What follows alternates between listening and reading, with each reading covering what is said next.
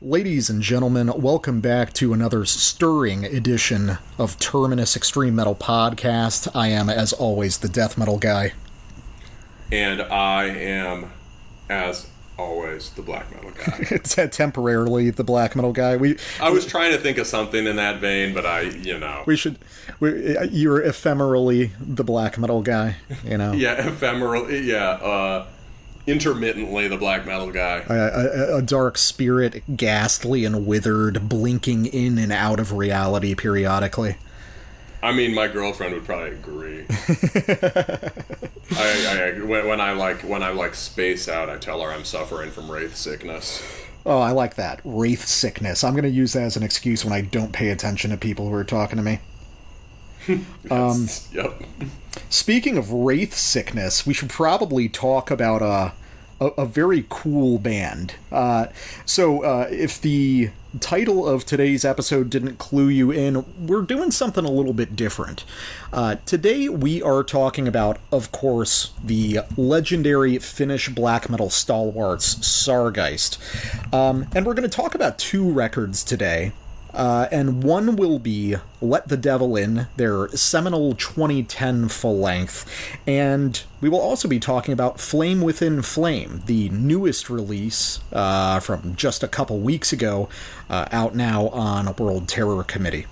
Sargeist is a band that we have, mentioned on the show countless times, probably every other episode they get name-checked. But we have never had cause, apart from reviewing their split with Serpent Noir back in 2022. Oh, God, that was a long time ago. Yeah. We've never really had cause to talk about them. So this is the first new full-length since we started the show back in 2020. So we saw this as a great opportunity to talk about the new record as well as the greater context of the band centering around Let the Devil In. And I'm really interested to talk about Sargeist because, you brought up a really good point on the interview piece that we did with Charlie Looker the other day, that perhaps the place where we do our most important work is in this stratum that exists between mainstream extreme metal, quote-unquote, and the very underground. And Sargeist, as big as they are, were never a Century Media or Nuclear Blast or Roadrunner band. And I think I want to talk about them because I don't know if I'd say that it's fashionable, but I think that there is, in some sense, a way that Sargeist is not taken very seriously in underground black metal anymore. And I think that is... Maybe taken for granted? Yeah, taken for granted. That's probably a better way to phrase it. But beyond that, I think there is a certain kind of underground black metal guy that sees them as a sort of flat, poppy black metal band that is not particularly historically significant. But I personally think that couldn't be further from the truth. I'll sort of say up front that Let the Devil In is, I believe, an all-timer black metal record. And it is certainly in the top 5 black metal records that I've listened to the most in terms of just sheer number of plays.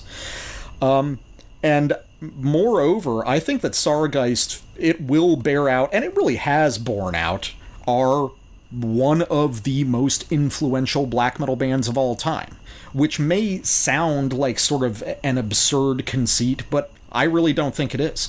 Is there a single band since Let the Devil In that has had a greater influence on black metal as a genre in terms of its playing techniques, its melodic ideas, its overall sound? Yeah, I think that's sort of hard to argue with. I guess you could say that some of the stuff that you're associating with it comes more from Satanic War Master or whatever, but I think when you are figuring out how to do those sliding dyads on the guitar or whatever, it really is Sargeist riffs that you're imitating. Yeah, I think that I think that's very true, and I think you really nail something important, which is that one of the most important and enduring contributions of Sargeist is Shoutrog's playing style, which at this point, I think there's a case to be made that Shoutrog is one of the most influential black metal guitarists of all time. And there's a lot of reasons for that. First and foremost being that his style of playing is extremely accessible. It is something that is very easy for relatively new guitarists to pick up and run with in an, obviously a simpler form than the way he executes it. But moreover, he has a guitar style that is very easy to write complete songs on your guitar in your bedroom. Perhaps more than any prior black metal guitarist. Emulating his technique is a shortcut to creating very fully realized compositions as a pretty young guy. I remember when I first started playing guitar when I was around 14 years old, a lot of the stuff that I first came up with was something like very, very primitive versions of what would be Shoutrog riffs. So maybe what we could say is that he codified this style. Mm-hmm. Because, it's pretty... the classic Shoutrog riff is pretty exactly the style on, the Seigneur Voland or Crystal Knocked records. It is, but I would say that it gets adjusted by a few things. I believe that Shoutrog, even though within the context of Sargeist is very clearly primarily emulating classic French black metal, we can see, I know that you saw upon re-listening to Let the Devil In, that he is like the best there's ever been at writing those riffs, The man does have a sort of natural ear for those melodic progressions that, while a lot of people can imitate him, none really succeed at reaching the height that he can get to, apart from, the classic bands that he is in turn influenced by. Yes, he's very good at it. It's inflected also, let's see, we could say a couple things here, but the,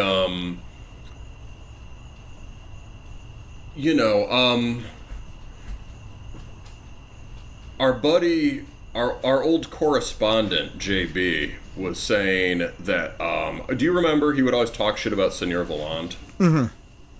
Mm-hmm. Basically, his stuff, right, we're talking about, Necropole and, Cavern, sounds very Seigneur Voland influenced, but he would always criticize, he would say Seigneur Voland's not kind of a mediocre band, but when we listened to that last Necropole record, it undeniably sounds a lot like Sargeist. Mm-hmm.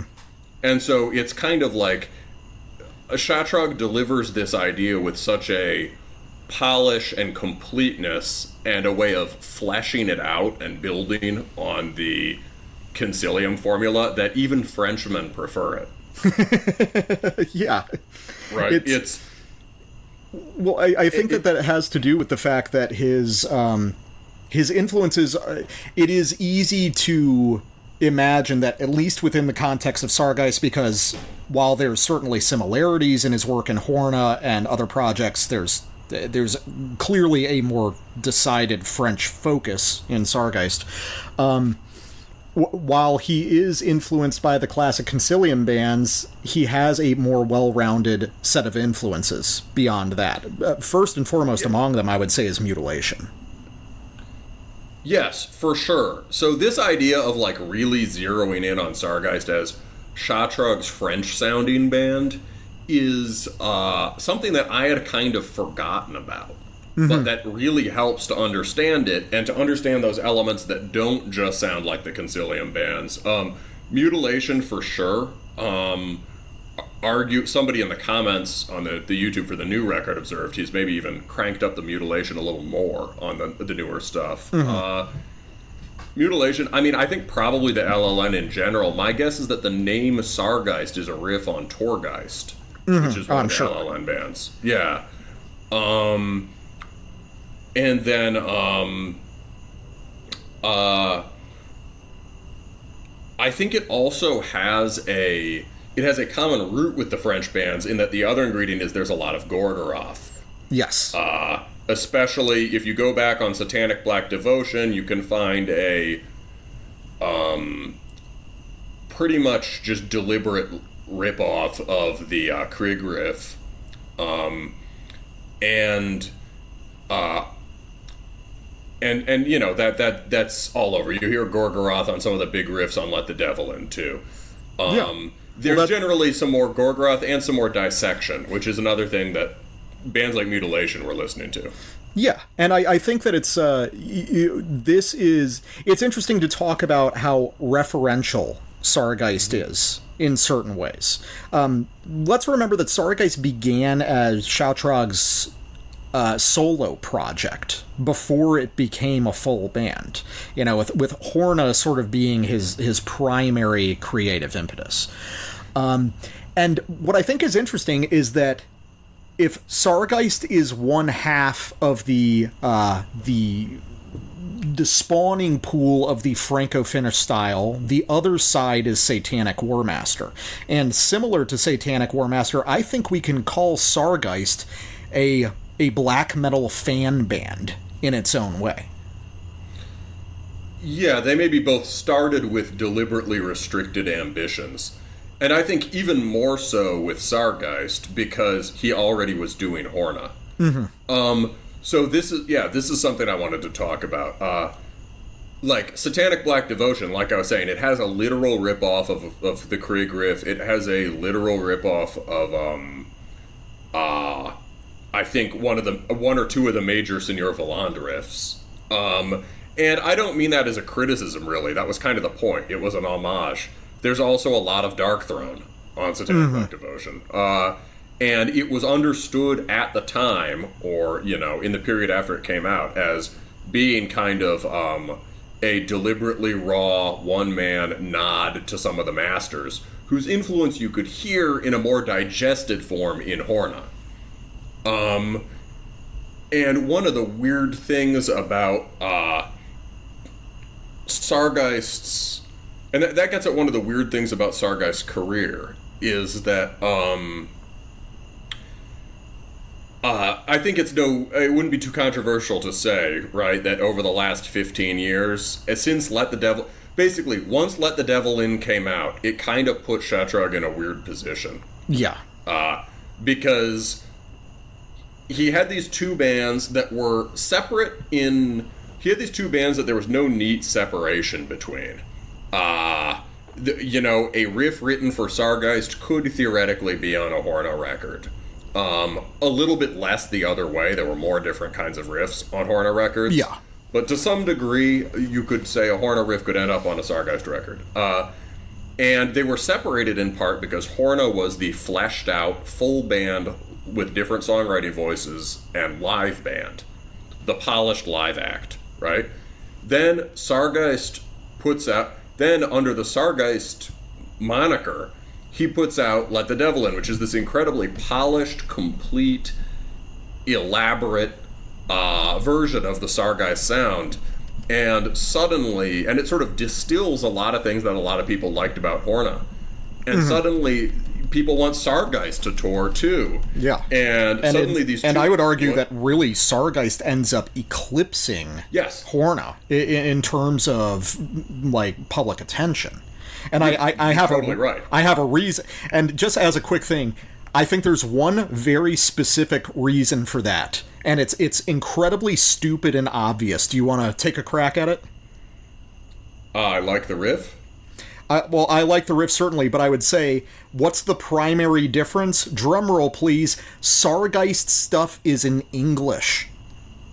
People can remember what the albums are called, because even dedicated You like Horna a lot. Can you tell me what fucking album is your favorite?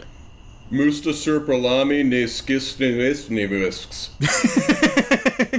You see, is that a real album? It could be. I couldn't tell. But it's like, that sounds stupid, but I think that's a crucial part of it.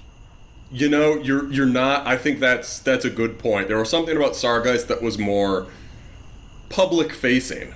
Yes. Sargeist was certainly my first way into this scene. I was the first thing from the Finnish scene that I heard that really grabbed me. And I think that was true for a lot of people. And it's partly because of what you're saying, like, just, it's in English.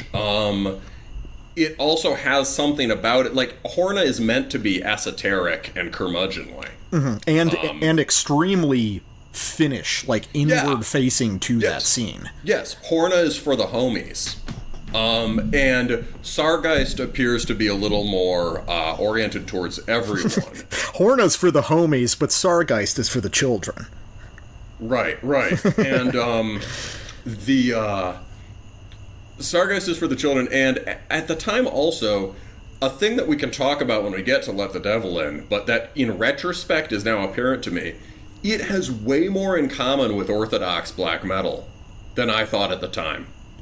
And in retrospect, it's much easier to hear that if your ears were primed for sort of big dramatic French stuff that was popular at the time, like you're listening to like Watain Cassus Luciferi or Funeral Mist or DSO in particular, the Sargeist record is going to push a lot of those buttons, and in a way, it's going to sound just like a compilation of the biggest, coolest moments on the DSO records. Yes. And I would make an argument that so this sort of gets me back to that idea of how we. Oh, sorry. Do you want to finish that thought? No, I was just going to say it started as a one-man cult project, and yet on this record, really sells it as a full band, and having it sounds big and immersive, and it doesn't sound like a hermetic passion project. And I think that's one reason it appealed to so many people. Yeah. Well, so and that actually dovetails with what I was going to say. So bringing it back to the idea that we take Sargeist for granted now. This is a case where everything following Let the Devil In within this Franco-Finnish milieu is directly in response to it. The idea of just putting all the cool epic parts together, just stringing them together into songs of sort of like undifferentiated melodic riffing that leaned heavily into sort of the most pop-oriented parts we had ever heard out of underground black metal. Today, that sounds like slop, because we've heard thousands of versions of that. Let the Devil In was like literally the first album to do that. You know, it's like Let the Devil In alongside Corellian Satanist Madness. You know, this is the left hand and the right hand of this style emerging right around 2010. And to say that, you know, Sargeist should be known as, you know, just another band doing that is complete historical revisionism. They literally invented that idea. Like, Let the Devil In was one of the first black metal albums I can recall that does not feature the interrupting Dark Throne riff. You know what I mean? Like, even in the late 2000s, we were still doing constant interrupting Dark Throne riffs. And I say that kind of jokingly because I've come to appreciate that. But it was a huge moment, one of those just stupid, well, fuck, why didn't I think of that moments of like, hey, what if we just do a whole album of the cool parts? And Let the Devil In was the first one to do that, and it was an album that launched 10,000 ships. Also, I mean, we can talk about this more, but I think It was the first one to do that, and yet is also so much more than the things that followed in its wake. Yes, absolutely. It's like, I go back and listen to this, and I'm like, wow, I forgot how three-dimensional this sounds compared to the records it inspired. But, yeah, I think we should also spend a little time with the Satanic Warmaster comparison, and I'll just, like, get there by way of our text exchange the other day. Sometimes the death metal guy and I basically, like, do the show before we do the show. So I was telling him, man, I forgot how good this album was. And he was like, yeah, I think Let the Devil In is, you know, the best Franco-Finnish black metal record. And I was like, well, I don't know, Satanic War like, Corellian Satanist Madness surely has to be the defining statement. And he was like, no, you see, they're different things. Let the Devil In is the Franco-Finnish sound. It's supposed to be, it's Finnish by way of French, and it's Shatrug's French band. Corellian Satanist Madness is a very Finnish sounding record. Mm-hmm. And I was like, oh wait, you're completely right. Like, well, it's interesting because, like, it took me a bit to figure that out, because we have connected those two sounds so intensely because of what happened after those records. Yeah, and if you listen to the first couple Satanic Warmaster records, I mean, you know, they are influenced by many of the same things, right? If you listen to Strength and Honor, there's tons of Concilium-type French black metal all over it. But they really are pretty distinct, and especially by the time you get to the definitive statement of either band, which is, you know, Corellian or Let the Devil In. They're very different, and Corellian doesn't sound French at all. And one thing people always liked about Satanic Warmaster was they talked about it having a folky quality, or a volkish quality, and sounding kind of pagan. You couldn't say really any of that about Sargeist, except in the most roundabout way. Except by virtue of Sargeist being black metal, right? It's Satanic Warmaster sounds specifically Finnish. There's like Finnish sounding folk melody. There's like kantele sounding stuff in the lead guitar, and there's also like a huge influence from just like epic 90s Swedish and Norwegian sort of Black Death stuff, or or even like folk metal of that time. And mellow death, folk metal, heavy metal, that's all on Corellian Satanist Madness. There's speed metal riffs in it. And it's a very different, it's also a lot more, even though it is very accessible in these big melodies and it's a pretty fully realized thing, it's way more necro than Let the Devil In. Mm-hmm. And it doesn't sound French at all. So there really is a significant difference here. And maybe that's one. Yeah, before, when you would say things like that, I would always pedantically argue with you. I'd be like, oh no, like, surely Satanic Warmaster is the best Finnish band. But now I see what you mean. It really is a different category. Yeah, and I think that, well, I mean, it's not even pedantic. It's just reflective of how differently we perceive these things now compared to when they actually came out. You know, because it's like, you and me, we can remember when Let the Devil In came out. I had actually... That's true. I had actually been listening to Sargeist since high school. The first couple records, which are excellent albums, and I don't mean to give them short shrift by not really talking about them, but it's like, it's kind of undeniable that Let the Devil In is what the band will be remembered for forever. So yeah, in the wake of the massive explosion of Let the Devil In, and, you know, I was looking it up while you were speaking, Corellian actually comes out earlier than I thought. Oh, yes, exactly. Corellian is 2005, but I would argue that it took a little while for Satanic Warmaster to really cement its place in, like, the sort of, like, forming American black metal consciousness, you know?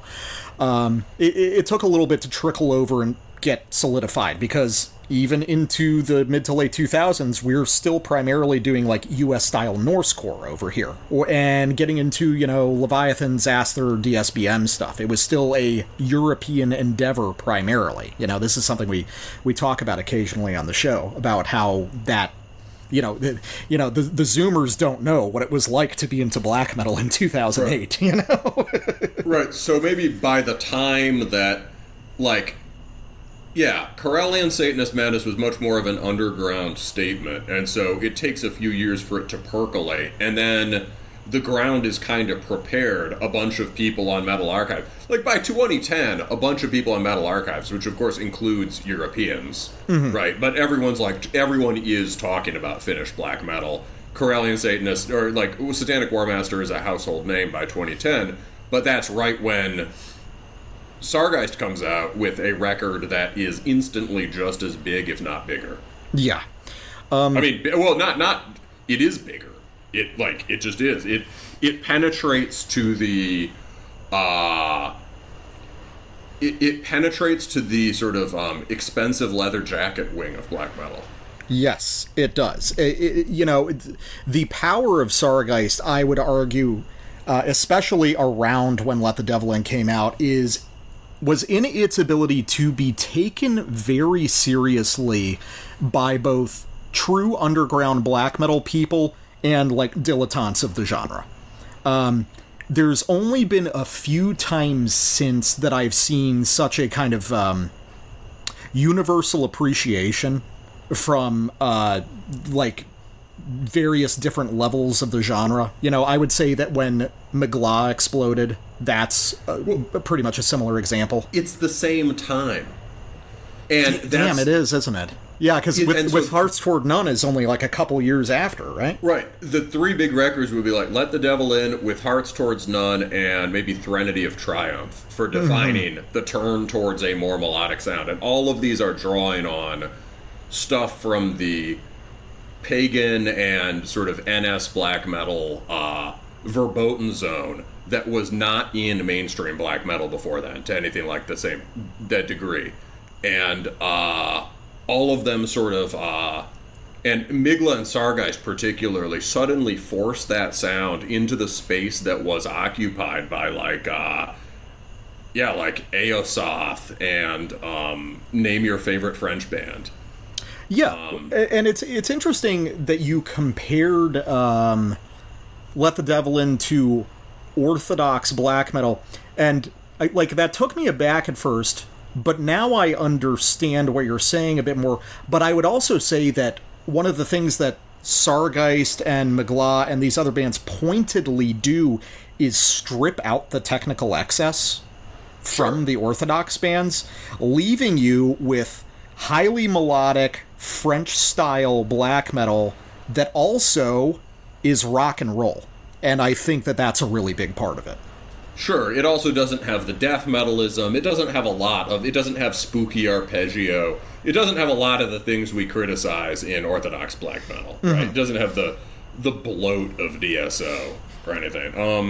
Well, I'd like to touch on something that happens there, and that has to do with the aesthetic of Sargeist, which I find weirdly interesting. And it occurred to me to talk about this because I'm gonna be back in my old town later this weekend. I have an appointment with my tattoo artist, and I was thinking, man, I should get a Sargeist tattoo. I mean, that would be cool. And so, I'm going through stuff, I'm looking at album covers, and then I realize, there's not really anything that works great as a tattoo apart from their logo, because Sargeist's aesthetic is pictures of the band themselves, leaning back into sort of classic, slightly deliberately schlocky, but still very, very believable, sort of satanic rock and roll band iconography. Yeah, the second record, he honestly kind of looks, Disciple of the Heinous Path, he kind of looks a little bit like Kiss or something. Yeah, and I think that one thing that's actually sort of been lost in translation with the follow-up Franco-Finnish bands was the aesthetic balance of Sargeist. Because we've talked on the show about the whole the Satan has the fastest motorcycle style, which is largely derived from Sargeist. But the thing is, Sargeist was always that in one hand and like a deeply depressed and legitimately misanthropic band on the other hand. And I think that a lot of this has to do with the prominent influence, both aesthetically and musically, from Mutilation. So I just wrote in our notes, and I think it's funny. Sargeist aesthetic. I am in a cult that worships the devil, who is very strong and cool, but I am also a very depressed and lonely evil ghost, but in some sense my depression and loneliness is also very strong and cool. And I wanted to note, because we also talked about this when we were talking to Charlie Looker, that in Mutilation there is a push and pull between being this sort of like vampire overlord wasting away in his castle, the power and the infirmity simultaneously. And I want to bring that up. Sargeist, the name coffin spirit, in Mutilation, being a vampire is about being undead, both as a source of strength and as a source of sort of personal emotional agony. And that's something that's maintained in Sargeist. Yeah, I think that's great to point out. I think the emphasis on suffering and emotions related to that is, I think, a thing that's characteristically Shatrug. You hear it in Horna too. I don't know if I think I've recommended it to you. Have you ever heard the second half of Sano Yesi Arele? It's a double album. Yeah, I have heard that one. Yeah, because you've got the one side that's more sort of like street punk black metal, and the other side that's more DSBM. Yeah, it is kind of like DSBM, but like very abstracted. It's kind of like Migla before Migla got big, and it's kind of like Sargeist before Let the Devil In. But it's usually like 2 or 3 riff songs with these sort of these glorious, aching, hypnotic melodies with huge transitions between them. To me, that's my favorite Shatrug thing, is the second half of that album, or that album in general. But but it has the same emotion. There's a kind of like the sense. Were you talking about like the being very depressed and lonely and evil as a part and parcel of worshiping the strong, cool devil is it's related to the pain of the narrow path, right? Or the pain of you've chosen an arduous and demanding path that makes you an outcast, right? And there's the pain of separation from your fellow man, but also the pain of like yearning to realize a sort of a heroic ideal that's extremely demanding, and maybe also the pain of depending how you think about it, right? You could be the pain of the devil as the sort of the outcast or the underdog, but he's there's a sense of like burning devotion is like, that's almost literally a Sargeist lyric, right? Yeah, in Burning Voice of Adoration, that's on Let the Devil In. Yes, it's a summation. So Burning Voice of Adoration basically sums up a particular mood that Shatrug excels at, and that you hear in certain parts of Horna, and especially concentrated on this record. And it really feels like parts of religious experience that make perfect sense in Satanism or even paganism, but that rarely appear in this form of music.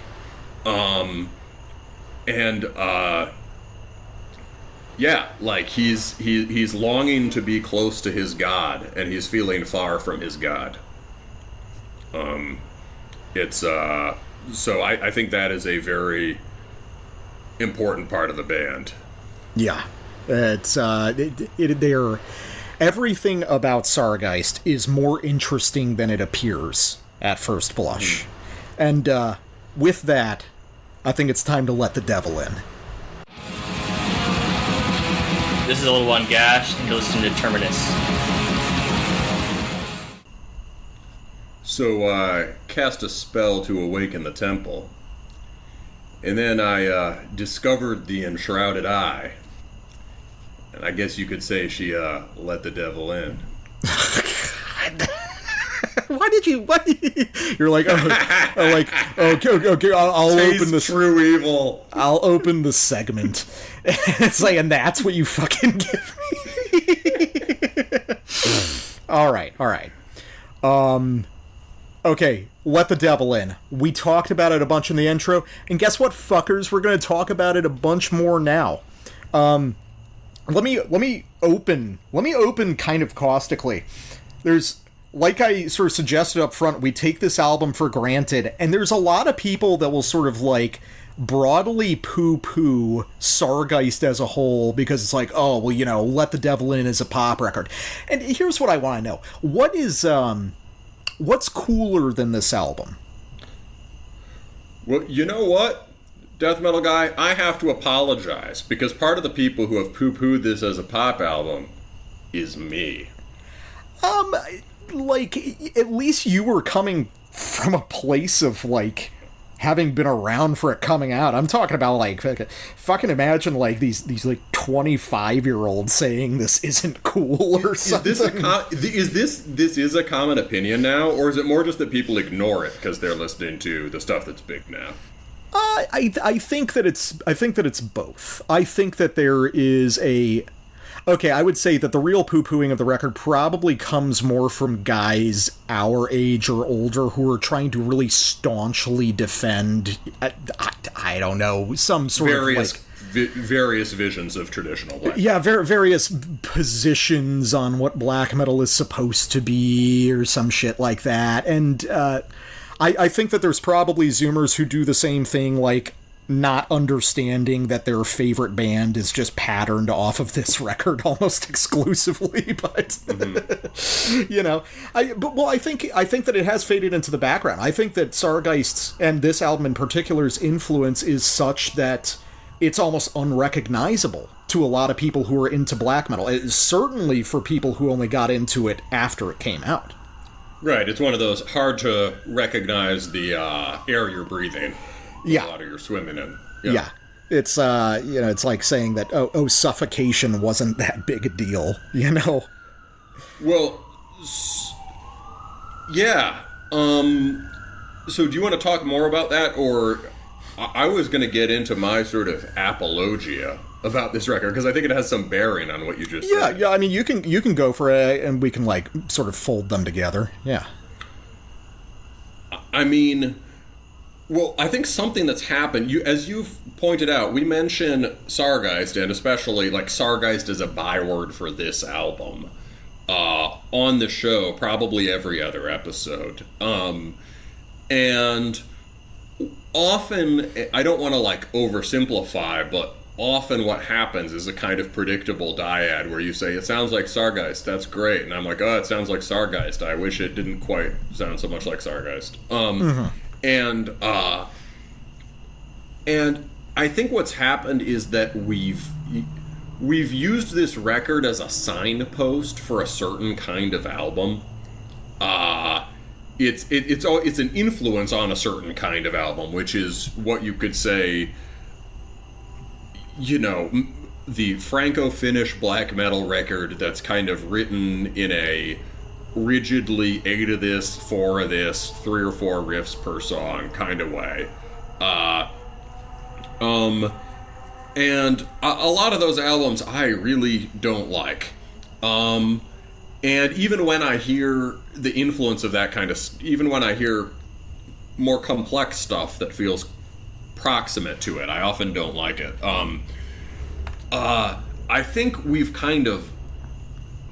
I think I, in particular, have kind of flattened this record into a signpost to describe records that it has influenced. And going back to listen to the whole thing in a row for this show, I'm like, holy shit, it's the difference between like X copycat Finn Black band and this is like night and day. Yeah. If I had to explain what this record was before revisiting it for the show, I would have said something like, oh yeah, it's just kind of like you play the big riff, you alternate it with another riff, you make sure most of the riffs are pretty big, and you focus on the hooks, and it has this very kind of bare bones, as you would say, sort of craftsman-like songwriting. And it just really, on re-listening to it, it doesn't play like that at all. The songs are considerably more complex, or at least have more interesting structural things happening. There's a far greater range of riff type than I remember, right? Alongside the big, soaring, consonant, Seigneur Volant-derived riffs, the big riffs, as we call them, there's all sorts of stuff that's like varying degrees of more tense and brooding. Mm-hmm. And the dominant mode really is that burning religious fervor we were just talking about, which is, when you hear it again, it's incredibly powerful. It really, you hear it and you're like, why doesn't more stuff, if all these people worship Satan, why doesn't more black metal sound like this? Yeah. Well, I think that, part of what distinguishes this from the glut of bands that imitated it is that intensity. This is a really extreme and heavy record.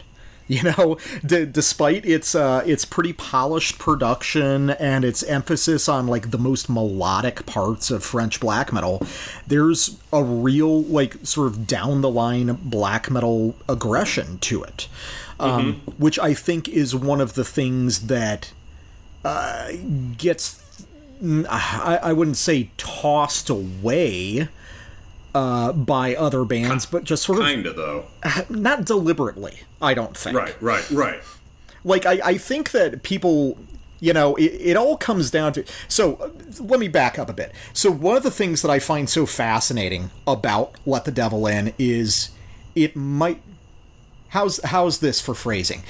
It might be my favorite black metal album I've ever heard that has no unique parts or quote-unquote new ideas. Sargeist, Let the Devil In is a record made completely out of, like, at least in a broad structural sense, like, prefabricated parts. Yeah, you're right. Everything on it has been done before somewhere. It just turns out that these guys are executing on all those ideas at like an A to A+ level throughout the entire running time of the record. So what makes it so significant? So obviously Shoutrog's, his ear for black metal guitar is basically unparalleled. He's going to be known as one of the most important black metal guitarists of all time. But there's other things, like Hoath Torog, the vocalist, who is also the vocalist for Bekhira. You can tell that he is delivering all of his vocals at an exceedingly high volume. Like in the studio, you can tell that there's an intense physicality to all the playing on this record. I think that people get the sense because, it sounds really nice and the production is, like, beautifully polished. Not over-polished, like some people have suggested. I'll get back to that later, but quite nice sounding. That it somehow pulls back on black metal intensity. It absolutely fucking doesn't. Like, Sargeist sound like they can fight you, like, right now.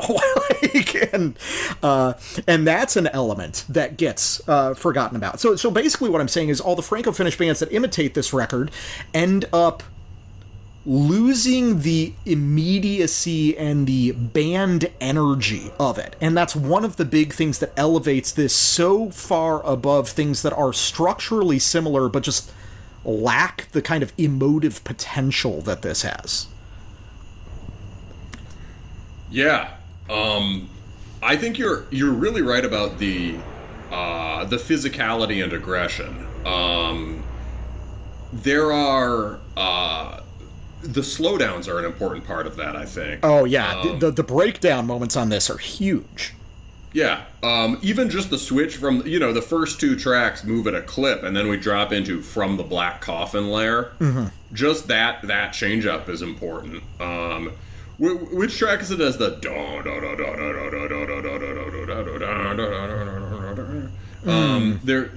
there's like an abrupt sort of quarter time switch, that sort of dissonant quarter time thing. That I think that is from the Black Coffin layer. Okay, that is on. Okay, no, that's what I'm thinking. It's the Black Coffin layer. Yeah, it's I'm checking now. Which maybe is an example of our point. There's a lot to talk about on this album. I'm still going back and trying to figure out, where does this one part happen? But basically, there's a number of sort of abrupt slowdowns that are very heavy. There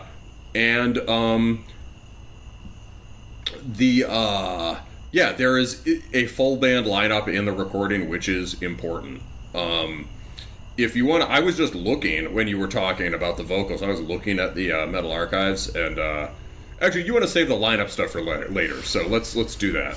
Yeah. There's a lot of directions we could fly off in, but yes, the physical aspect of this is very important, and it features a lot of classic aggressive BM riffing that you would not find on many of the records wittingly or unwittingly inspired by this.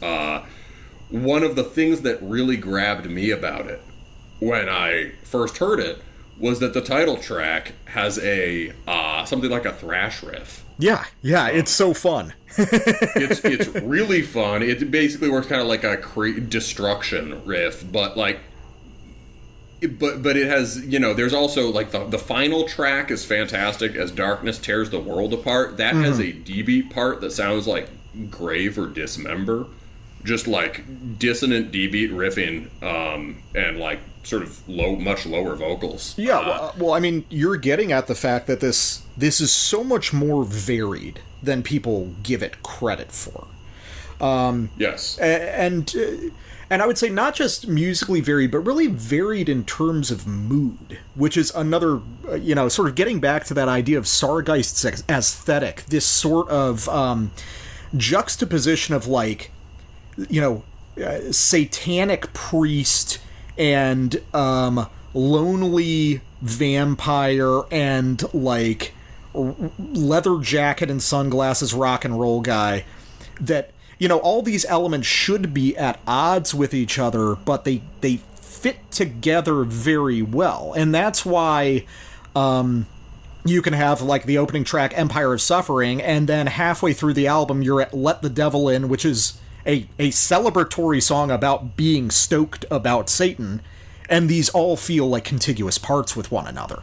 It is connected very deeply to second wave tradition in that regard, I feel. Yeah, it's a blueprint for albums that are not full spectrum black metal, right? Mm-hmm. It's a blueprint for albums that just focus on the one sort of catchy aspect of the riffing style. And yet, this album, in retrospect, really is a full spectrum black metal album. Mm-hmm. And it runs the gamut, and it has all of the disagreeable physicality that it inherits from the Norwegians. Yeah, and but sort of getting back to the idea of the accessibility of this record.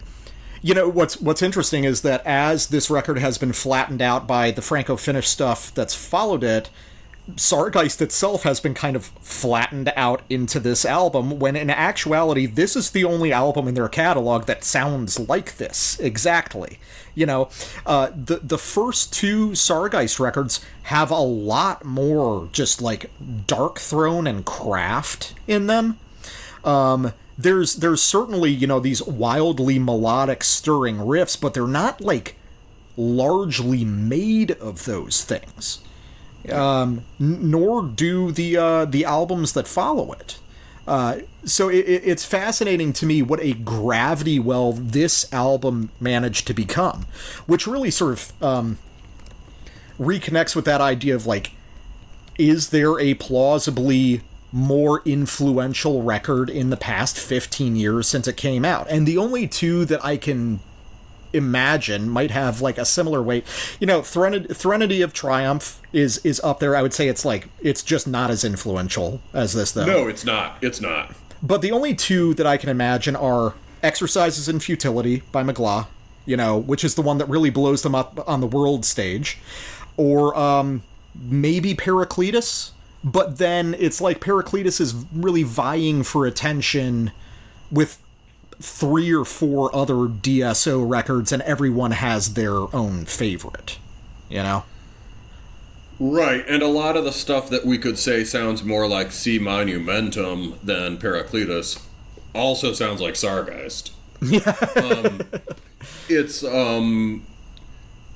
yeah, that would be a good trio. And I think also the Migla influence isn't, the Exercises in Futility hasn't been as influential. Mostly what it did was it directly inspired a group of really shitty clone bands that have already sort of disappeared into nuclear blast land. And I think people in the underground do like Migla. There are some people who do, but it's almost more of a sort of a private interest that you don't talk about in public.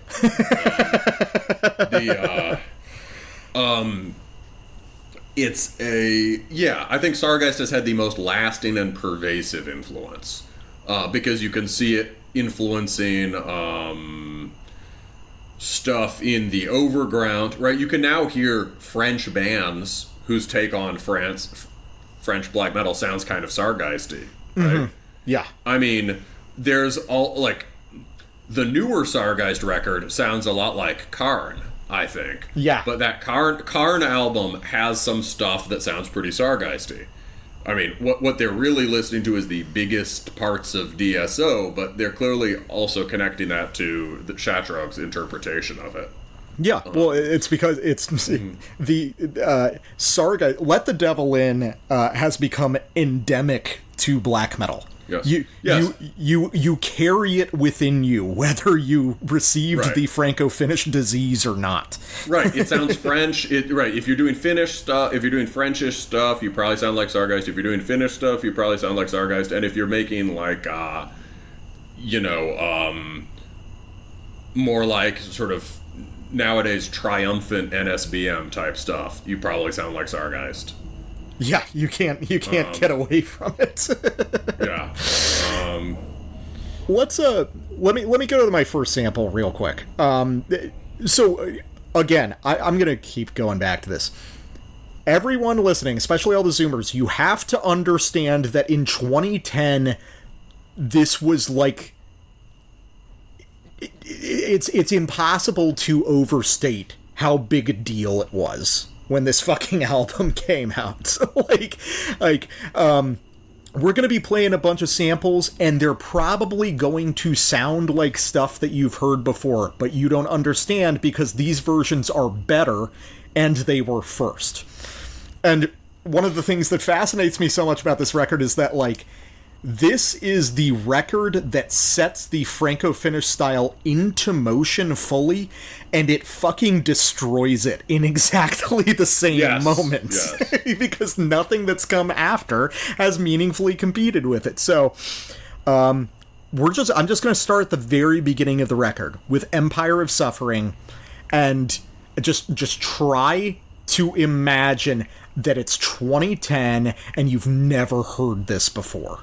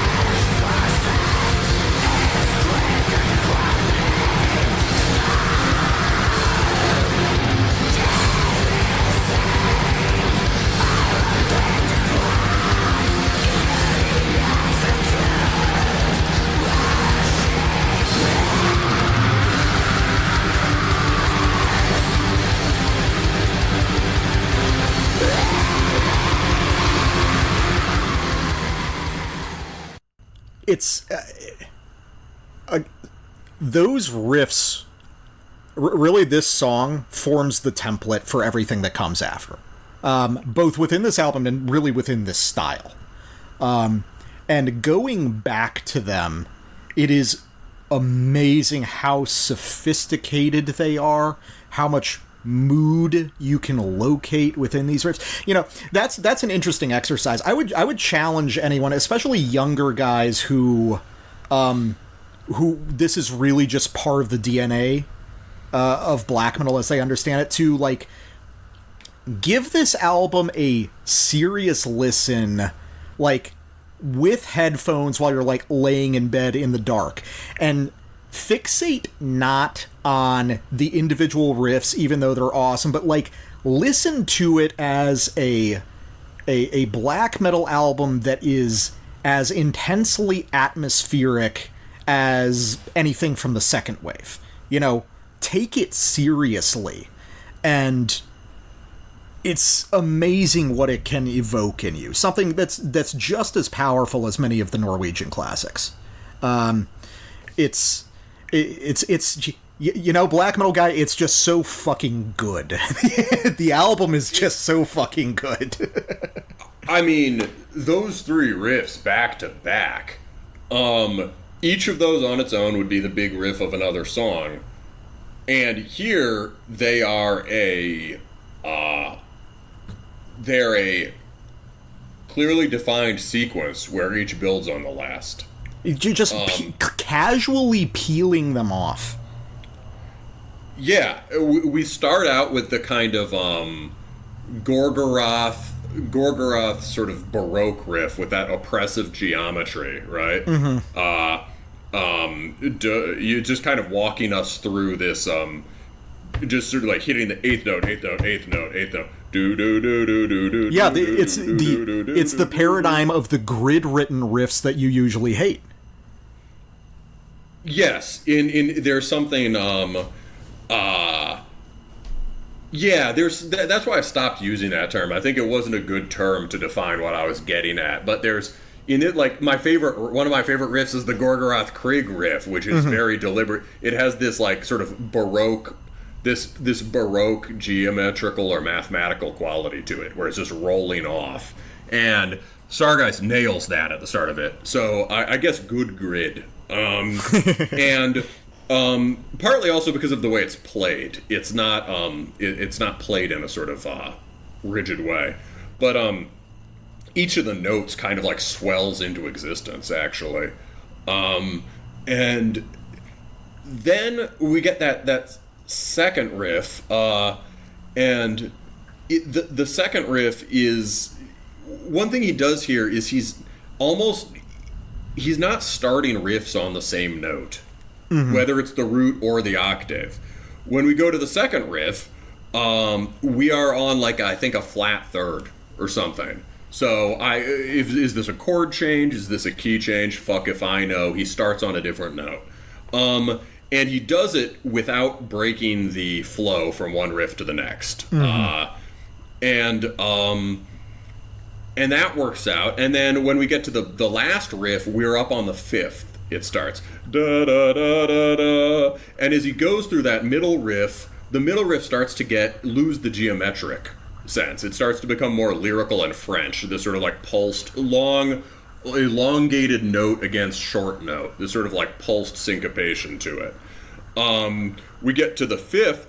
The third riff that's up on the fifth, we get the da da da da da da da. We're fully in sort of lyrical, flowing French territory, and then the genius stroke of the whole thing is the way he turns it around at the end.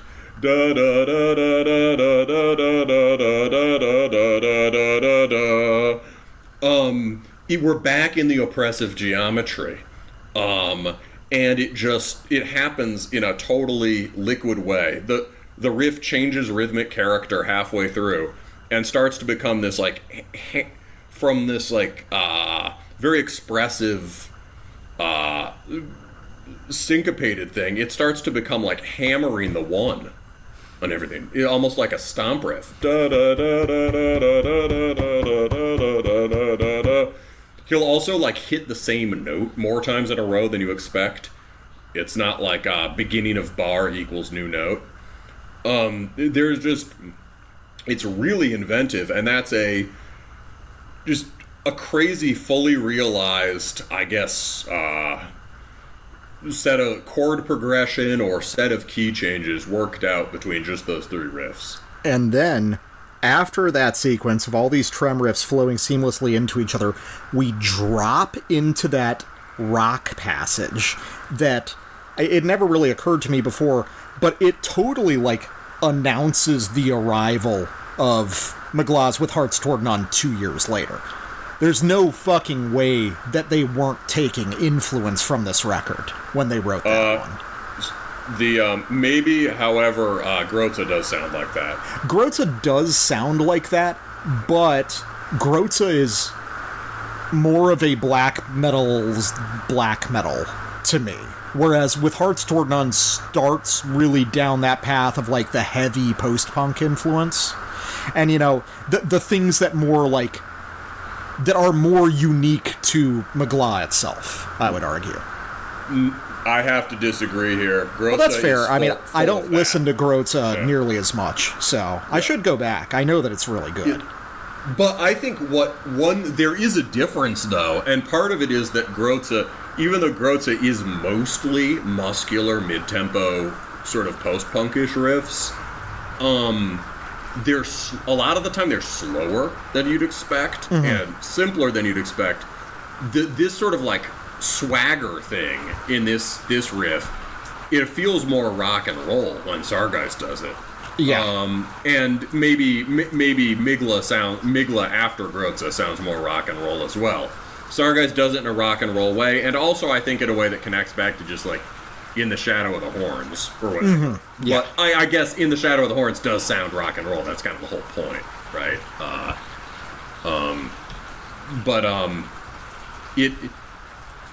It feels, Grotza is hostile and alien. Grotza is a very alien-sounding album. There's a reason it wasn't their breakout, basically. Yeah. Whereas this is much more accessible, sort of gut punch stuff. Yeah. I mean, that's certainly, like, a part of...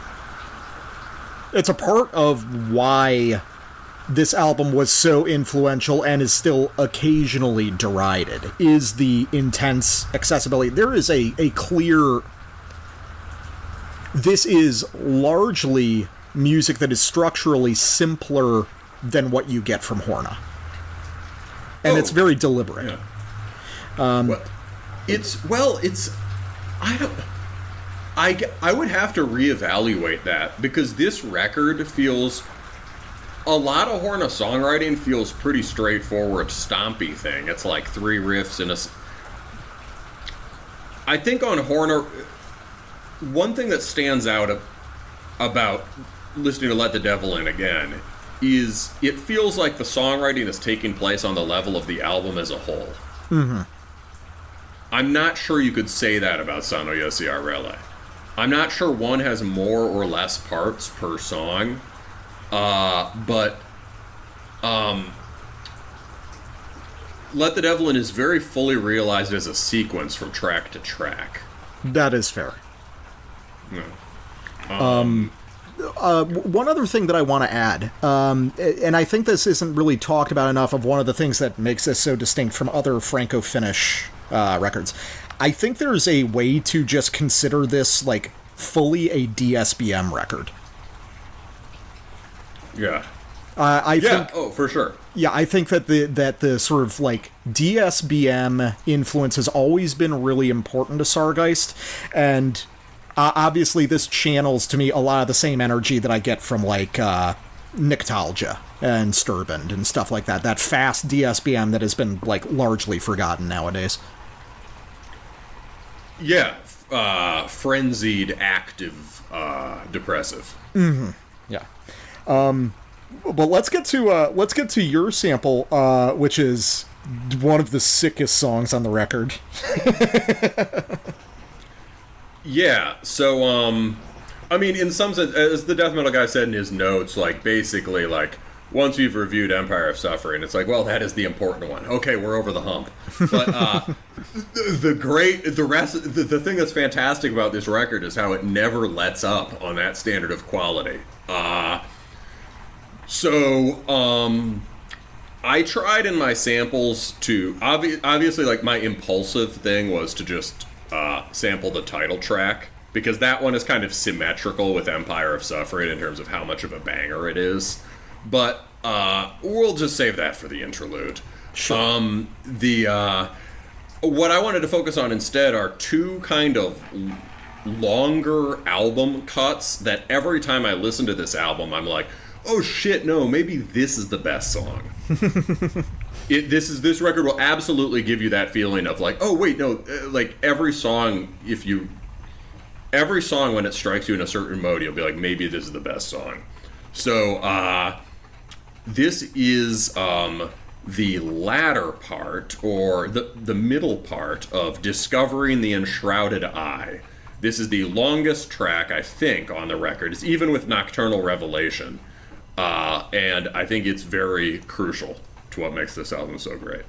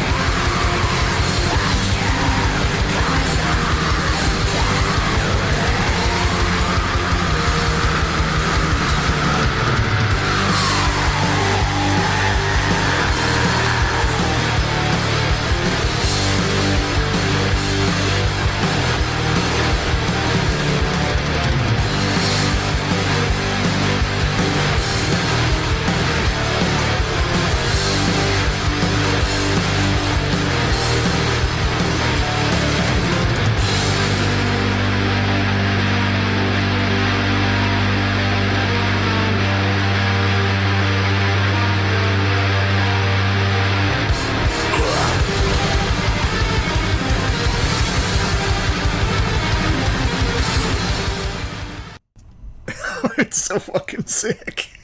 And we're thrashing. Yeah. Oh, man. God, that's such a good fucking song. One of our guys in the Discord just saw Sargeist live, and apparently they've got this one on their set list right now, and he was very stoked. Oh, sick. Yeah. Sick. Yeah, this is the beginning of the second half of the record, and it's kind of like the hinge of it. It's the moment where the album insists that it's going to keep being good. And yeah, so again, we start out with just a sort of a charging Finn Black D-beat riff, which if you listen closely has a little more going on than you might think. In part because, again, Shatrug is sustaining chords in places where you'd normally change them. And, like, changing up the bass note in a cool way. It's for something that sounds kind of punkish rhythmically, it's a very epic, noble riff. And then, boom, interrupting Sargeist riff. You get that sort of, just falcon dive, lightning bolt. Da, da, da, da, da, da. It just sort of...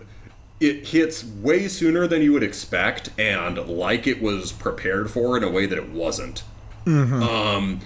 Yeah, it just sort of cuts across the rhythmic and sonic it cuts across the pattern that's already been established, but does it in a really effective way. And then that sort of dives again, despite the whole thing of his guitar style being this mellifluous continuity, everything flowing into everything. Despite that, this record is full of discontinuities that make it work. Like that, just lightning bolt dive from the minor sixth, the flat sixth. Yeah, there's these moments of explosive contrast, and like you said, again, another way we misremember this album so intensely. Yes, so there's an explosive contrast, and then we're in the third riff. Again, it's this 3-riff building sequence. The third riff there,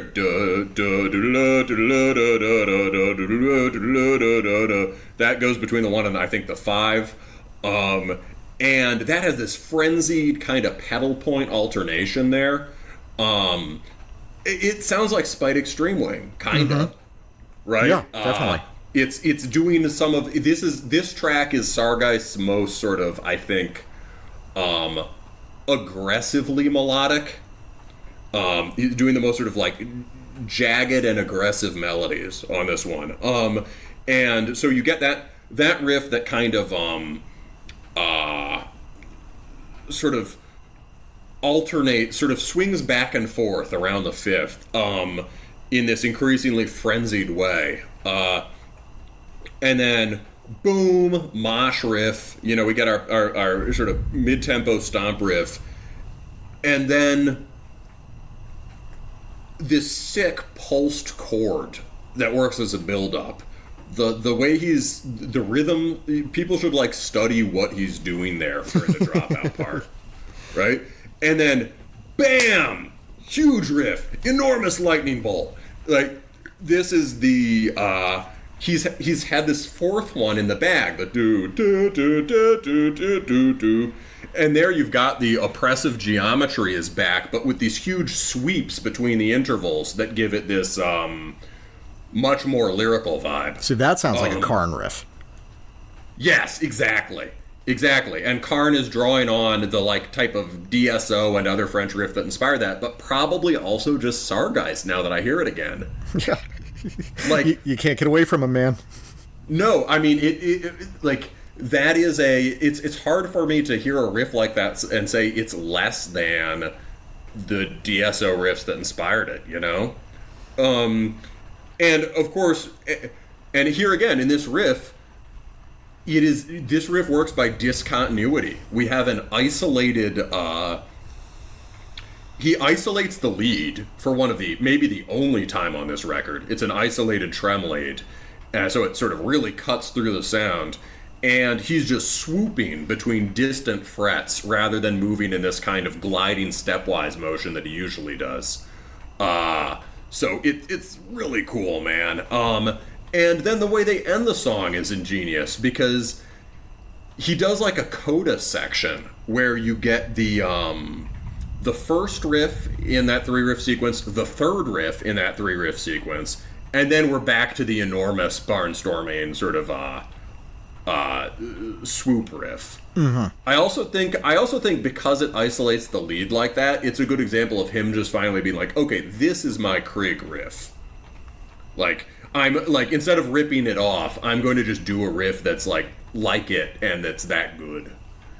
Yeah, it's a really surprising moment on a record that largely thrives off of a pleasant and deliberate lack of surprises.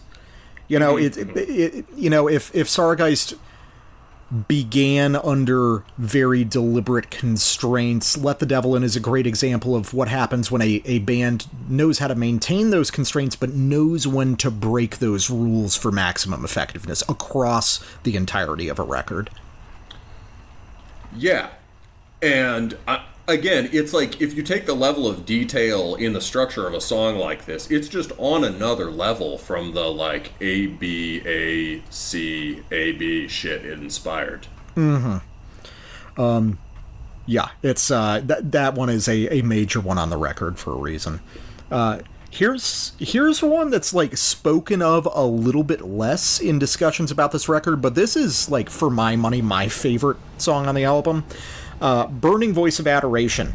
The riffs really speak for themselves. This is very much structurally in the same style as most of the other songs on this record, but there is just a beautiful groove to it, and yeah, we'll listen to it, and I want to talk about some of the aspects of this record that don't get spoken of nearly as much, but I think are just crucial to how it succeeds. So this is a song that works off kind of an A, B, C, D format, so we're going to start the second time we get to the A riff.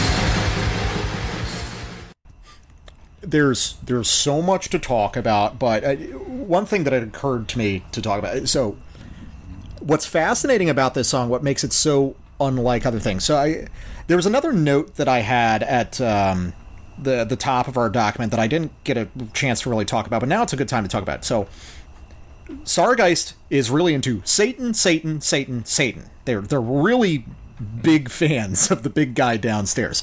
But what's interesting is that Sargeist trades like pretty rarely in anti-Christianity. There's like a couple songs, like the first couple songs on this record have like references to, you know, inverting crosses and like killing Jesus. But it's like, it's mostly about glorification of Satan. And I really like on this song, it's like during that sort of like romantic yet depressive rock riff, the lyrics are, whatever this dream called life may offer in its fading light, only your wisdom will shine, a meaning to existence. It's like, to make religious music about the devil, you have to make religious and glorifying and, oddly, emotionally open music. That's like a weirdly vulnerable verse to have in a band like Sargeist, but that's one of the aesthetic things that makes them so interesting. And this whole song is basically like a love letter to the devil, which is a tone and a vibe that is so much more like kind of older models of black metal. You know, this isn't reactionary music about rebelling against God. It is its own religious music operating outside of, like, the Christian paradigm. And I think that's really fascinating. So that's number one. Number two. That's a great point, bud. Number two, the riffs are fucking sick. Yeah. The main... I mean, yeah, this one's my favorite, too. Yeah, they're all my favorite. The main riff on this one, that really cloudy, sort of furtive riff before the big one with the lead pops in, is... Yeah. Just the descending chord. Yeah, it's... I don't know exactly what's happening in it, but there's some incredibly dynamic harmonic stuff happening there. And again, how we misremember Sargeist. We think they're all the big riff. And in a sense, that is a kind of big riff, but it operates within, like, a really constrained space on the fretboard. Its mood is not necessarily epic or darkly chivalric. It's muted relative to the stuff around it. Yeah, it's kind of muted. It's almost like a little uncertain in a really powerful way.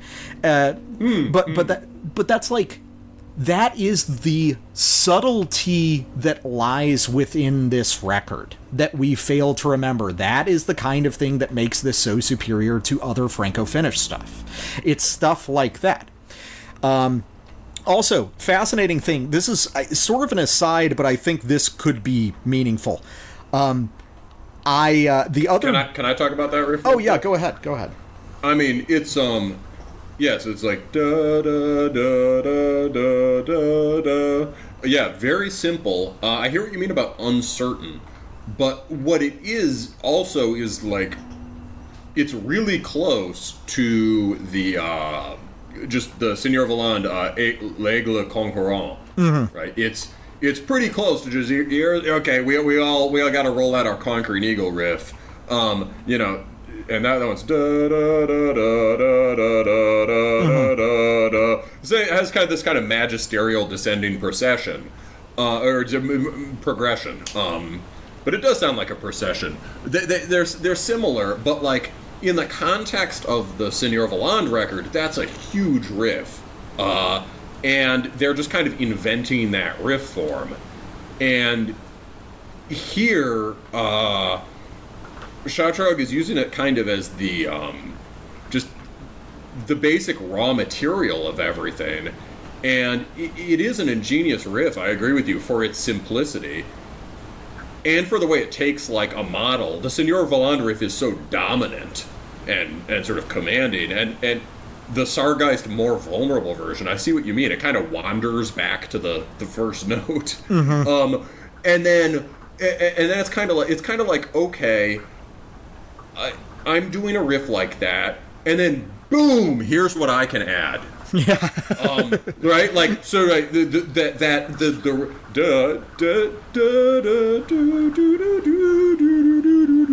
that riff comes out of nowhere. Yeah. And there are moments like that on the Seigneur Voland EP. There are a couple. There's a big launch. There's a launch of a big riff, kind of like that happens. The Storm Gods are very pleased that we're covering this record. I hear it's awesome. This is our second in a row with Storm God approval. Yes. Thor listens to Terminus. You heard it here first. But yeah, it's really cool to hear. Basically, here's him riffing on a template, and then here's him adding this immense value that's his own. And there's just like and from that moment of sort of indecision or dejection in that first riff, this just huge confident leap to the big arcing lead. It's awesome. Yeah, it's always been like one of my favorite moments on this record. The first time they peel that out, like,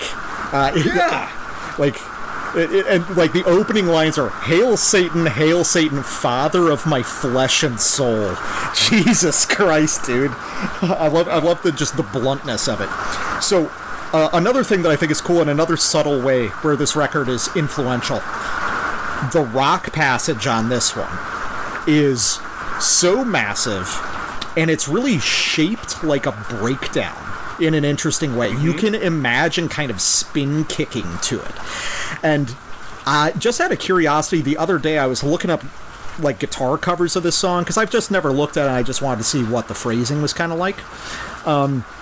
And I watched a kid do a cover of this where over the back half of that rock section, he adds his own lead that's like an overwrought pentatonic, like melodic hardcore lead phrase, and it fits in perfectly. And I was like, oh my god, this is where the sort of metalcore-ish gestures you'll hear in a lot of black metal today come from.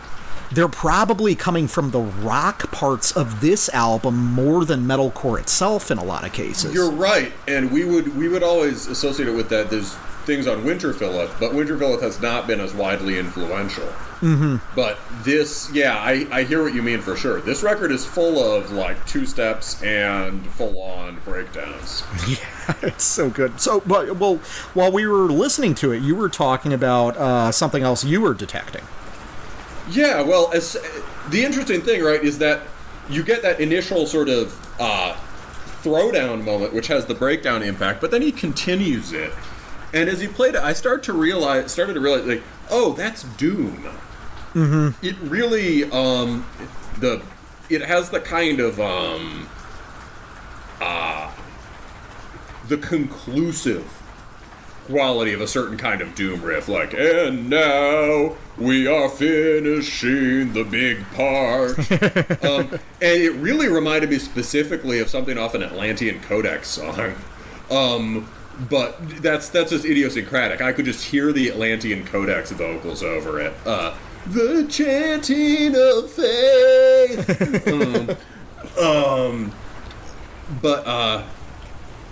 It's something I'd been meaning to talk about with this album in general, is that, and forgot, is that another one of the things I noticed coming back to it, and another one of the influences in the mix that you forget about, there's actually a lot of doom metal here. And I mean less, I mean more like Solstice epic doom, and the sort of doom and old school black metal that feeds into that. And I think that's one reason the slow parts on this record are so powerful and don't compromise the, and are more than just interrupting Darkthrone riff, right? Yeah. The slow parts might add a kind of burly physicality or a little more dissonance, but they don't shift the mood. They're still sort of noble and resolute. And they also kind of tend to be climactic moments in the song. Some of them really are. Like, that one, for sure, is climactic in an epic doom kind of way.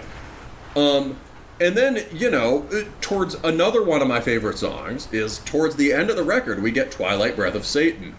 And this is an entire Sargeist doom song, but by doom I don't mean like some gay shit. I mean, like Solstice, Hammerheart era Bathory, stuff like that.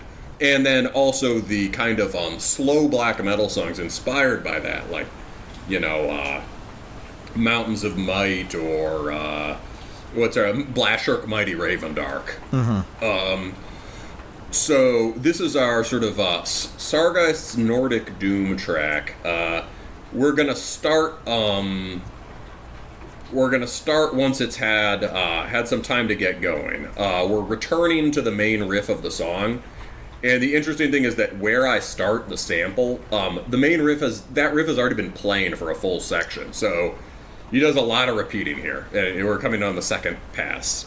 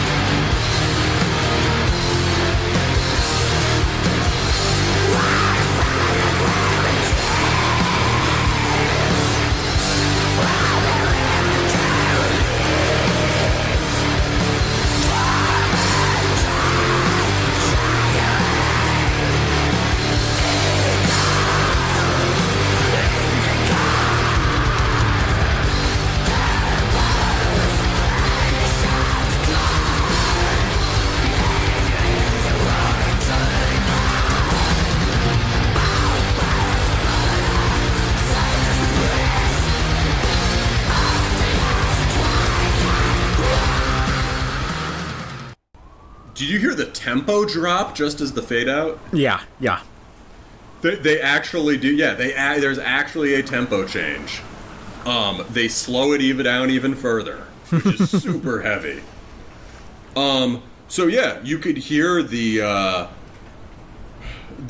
sort of the basics of that track are another one of these accumulating 3 riff sequences.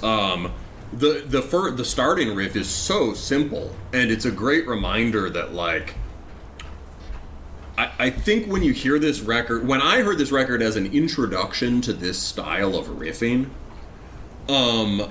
you don't understand how different some of these riffs are, and it might sound samey in certain ways. But then if you spend the next 15 years listening to stuff that sounds like this, you come back to it and you're like, these are all so different, right?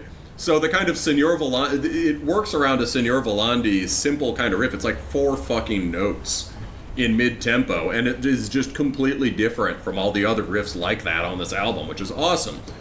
And then he starts building on it in this more way that you instantly recognized as kind of immortal. And each of these riffs sort of answers the one that came before. You know, is it sort of just a very cool sort of mountainous rise and then avalanche descent, etc. Right? And the moment that where it really reminds me that this is more than just, oh, we have to do a slow song, is when then he changes up by, you go to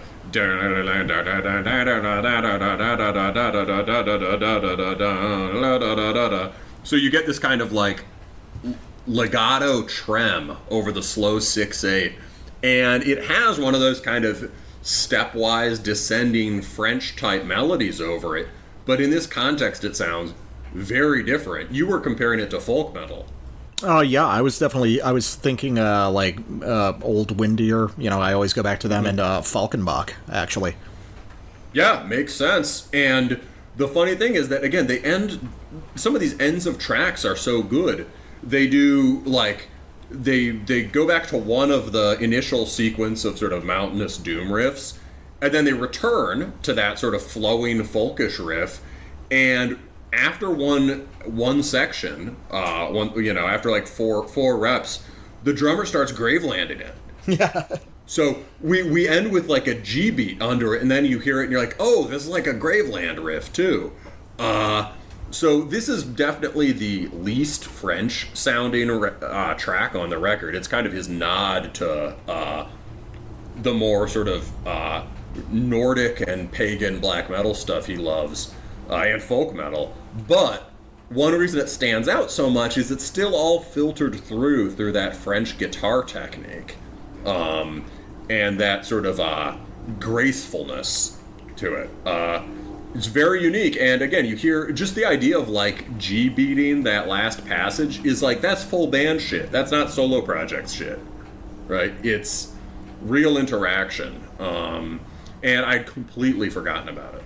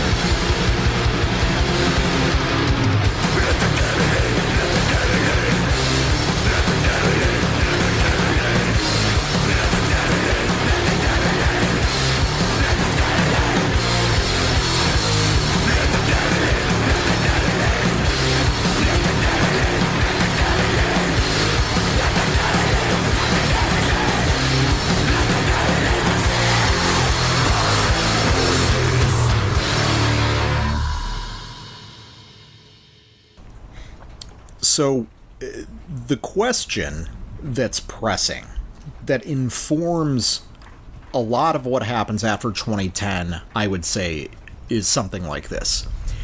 Did Shoutrog and company understand what they had on their hands when they went to record Let the Devil In? On one hand, it seems sort of impossible not to, but on the other hand, a lot of the weird stuff that happened to Sargeist afterward suggests to me that they didn't. So, Let the Devil In was released in 2010, and it would be 4 years until the follow-up Feeding the Crawling Shadows in 2014, which is, I think, pretty roundly understood to be the weakest Sargeist record. Is it bad? No, I don't think Shoutrog really can make something bad, but it's certainly the weakest in the band's catalog. And I would say that it is the weakest because it existed sort of as a direct reaction to Let the Devil In.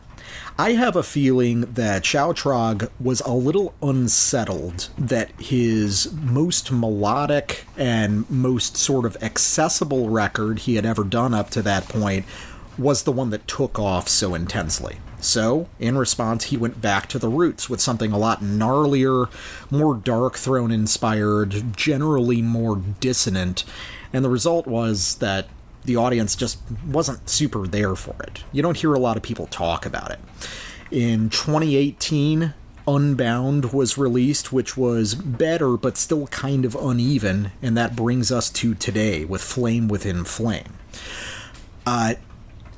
The Sargeist of today is largely disconnected from the Sargeist of Let the Devil In, apart from, of course, Shoutrog.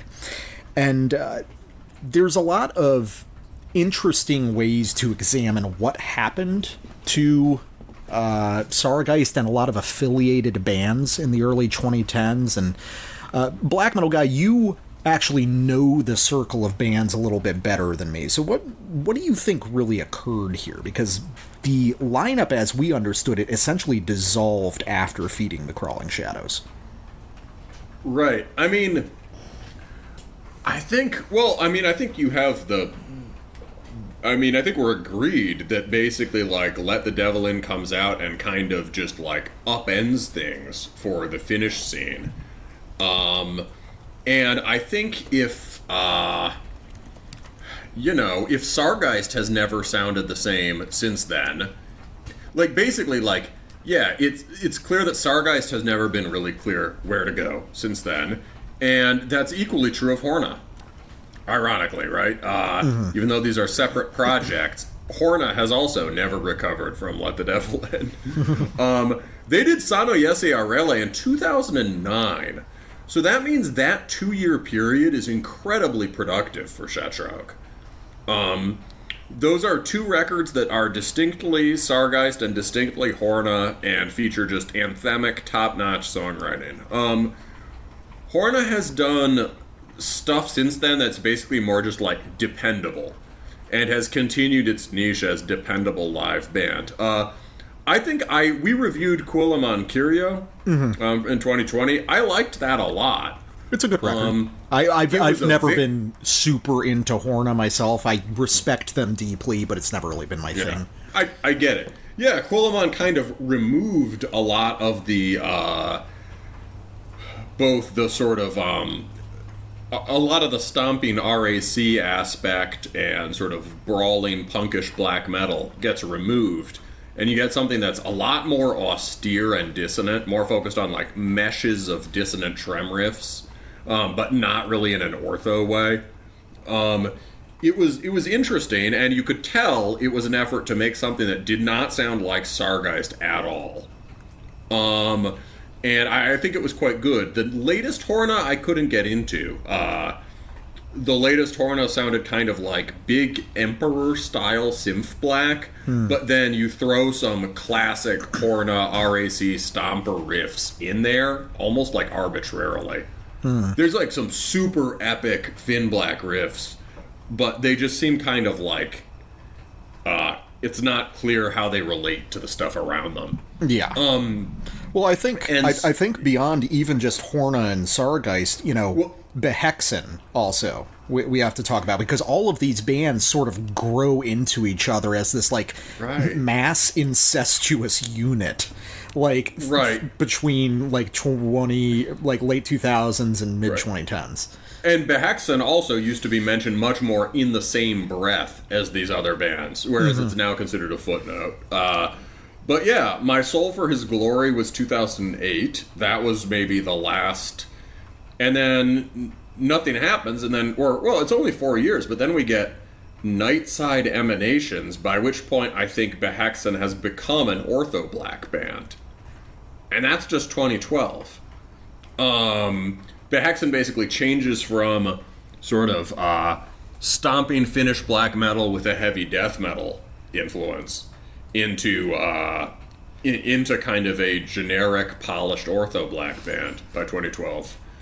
Not necessarily a bad one, but it's just not the same band. There definitely seems to be a very concerted, very on-the-nose effort for all of these bands to attempt to distinguish themselves from one another in the wake of Let the Devil In. Yes, and also from the kind of black metal that's on Let the Devil In, just in general. And I think that extends to all the sort of the classic Finnish bands. I mean, we get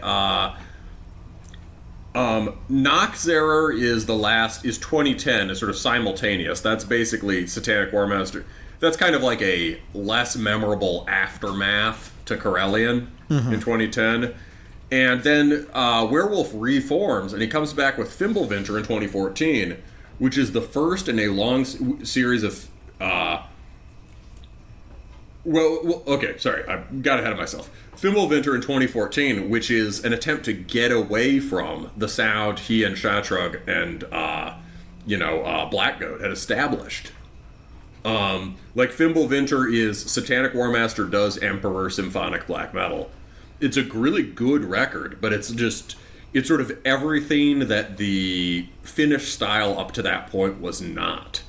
And bands, and there are now a number of Finnish bands since then that have kept doing this sort of Fimbulvinter style Finnish symphonic black metal, right? Some are quite popular now.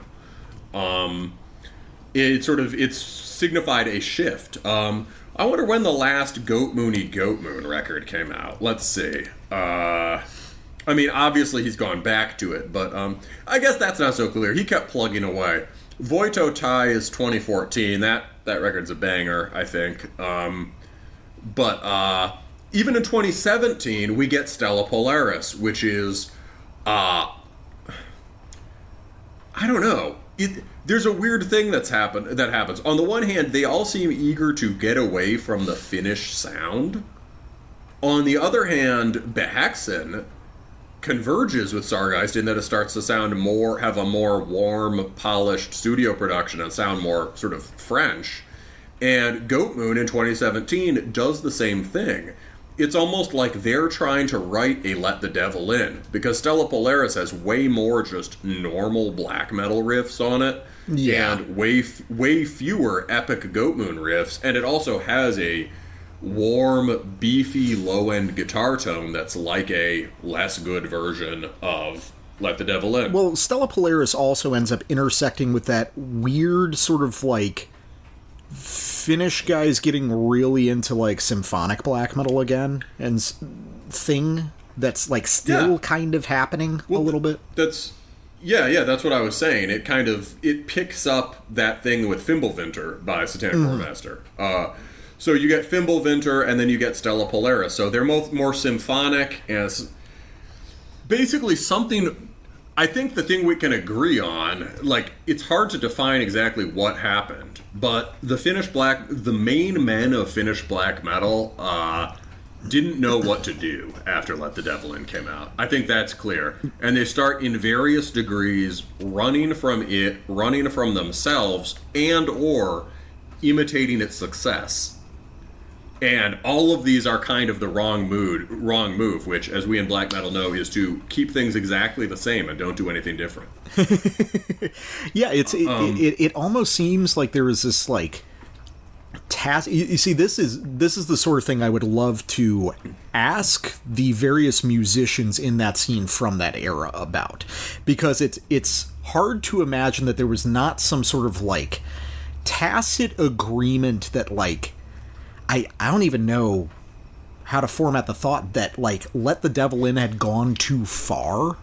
Yeah, it's like they had a conference at Werewolf's Dark Castle, and it was like, and they were like, everyone had to rein Shatrog in. It was like the mafia, right? Dude, come on. Yeah, it's like, come on. And I guess the thing that strikes me is that like the things people did to run away from Let the Devil In were like largely downturns, you know? Yes, yeah. Yeah, I think Fimbulvinter was good, but it was a diversion. Yeah. Yeah, and it's really only in the past handful of years that a lot of the Finnish black metal stars have really started to kind of like, I don't know, recollect themselves in a way that really makes sense. Yeah. Like, if Stella Polaris was Goatmoon's attempt to do Let the Devil In, I think, I wonder if for Werewolf it was just like, after Let the Devil In comes out, it's like, okay, look, how can I do that? Right? Because not like he's trying to imitate Shatrug's success, but it's like, more like, what would it mean to do something like that with the werewolf sound, with the Satanic Warmaster sound? And you don't get a record like that until 2022, which is Aemongandr. Basically, and that basically does it. Aemongandr is Satanic Warmaster's Let the Devil In. It is a well-produced, sort of fully developed, full-spectrum take on the narrowly defined cult Finnish black metal sound. Yeah. It delivers all the Satanic Warmaster riffs you want, but in this sort of grander package that touches on a lot of other areas and that feels more like a full band studio recording. And I wonder, like, if he... This is pure speculation, but I almost wonder if he felt like, okay, look, the next Satanic Warmaster record that's like a down-the-line SWM record is gonna have to be like Let the Devil In. And I'm not gonna try to do that for a while. Right? I think that's fair. I mean, it's a record that had to be grappled with in some form or another. But that brings us to 2025. With the third record that Sargeist has released since Let the Devil In. And I think that it's a fascinating record. Flame Within Flame is very good. It is very good, and it sounds to me like, in some sense, the sound of Shoutrog coming to terms with Let the Devil In and kind of letting it go in an interesting way. The sort of discombobulation of Sargeist in the wake of that record suggests to me that Shoutrog himself was sort of like uncomfortable with the success of it, or very disinterested in following that record with more of the same, or perhaps like intimidated by the idea of attempting to. But Flame Within Flame is it broke down his conceptual matrix, right? His whole sense of even how does this differ from Horna? Like the other part of that clusterfuck we were just talking about is the Sargeist Horna continuum gets scrambled completely, which doesn't just mean like how do we as listeners tell it apart, but as a songwriter, what is your paradigm you're going with? Yeah. And so Flame Within Flame is the sound of that sort of confusion, like being put to bed, and being put to bed by Shoutrog just deciding, you know what, man? I'm gonna let Sargeist be what it is. This is my French black metal band, and I'm gonna write an album where I'm not worried about what people think about it or how it relates to previous works. I'm just gonna do a cool French black metal album with some songs that I really like. It's the best Sargeist record since Let the Devil In. It doesn't come close to Let the Devil In, and that's completely okay. You know? I think that's very important to put out there. I think that it's fair to say that we will never see Let the Devil In Part 2. Because I think you get, if you are incredibly lucky and incredibly talented and very smart, you get one of those in your life. And we don't get another one of those. And that's okay. Flame Within Flame is a record that is much more relaxed and sort of self-assured. This is 15 years on from Let the Devil In, and Shoutrog is approaching 50 now. And he is, at least to my mind, not slowing down, but kind of settling in a way that I think is completely fair and reasonable for a guy with a pedigree like his. He will be forever understood as one of the most important black metal musicians that there ever was. And I'm pretty okay with the man, like, in a sense, winding down his career, just making some cool records for the underground. I don't mean for any of this to sound backhanded. I actually have a tremendous amount of sympathy for the position that he's in, and I think that the metal scene has a really bad habit of constantly demanding more and more from its musicians, you know. And yeah, I mean, that's part of the point, is, you know, to constantly push onward, to constantly push forward. But I think that in the case of a guy like Shoutrog, it strikes me that he's a guy who kind of went through hell as a result of his own genius. And I think that it's reasonable to fucking allow the man just to make some good records, you know? Yeah. I mean, it's okay to be Lemmy, right? Yeah. Like, it's more than okay. That's great, right? Motorhead never, I mean, like, the drop in quality of standard Motorhead record between Ace of Spades and the ones thereafter was just immediate and precipitous. But every Motorhead record after that has songs worth listening to and is perfectly listenable. Yeah.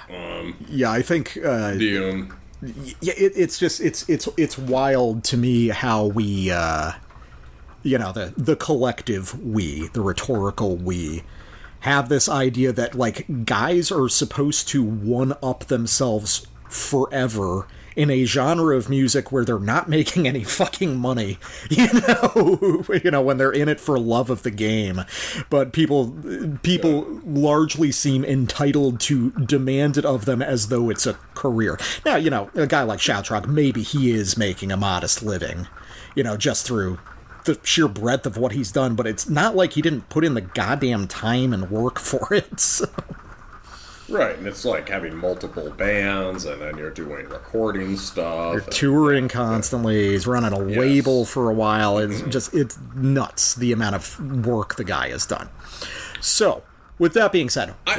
That said, let me add the caveat that there's a complete enough turn here that if Shoutrog wanted this to be R&D for a more ambitious Sargeist album, it could be. That's fair. I think it's really good. It's definitely, I think it is also it's a concerted statement on what Sargeist is, which is him returning to, I think, what he said in the old interviews. This is my French black metal project.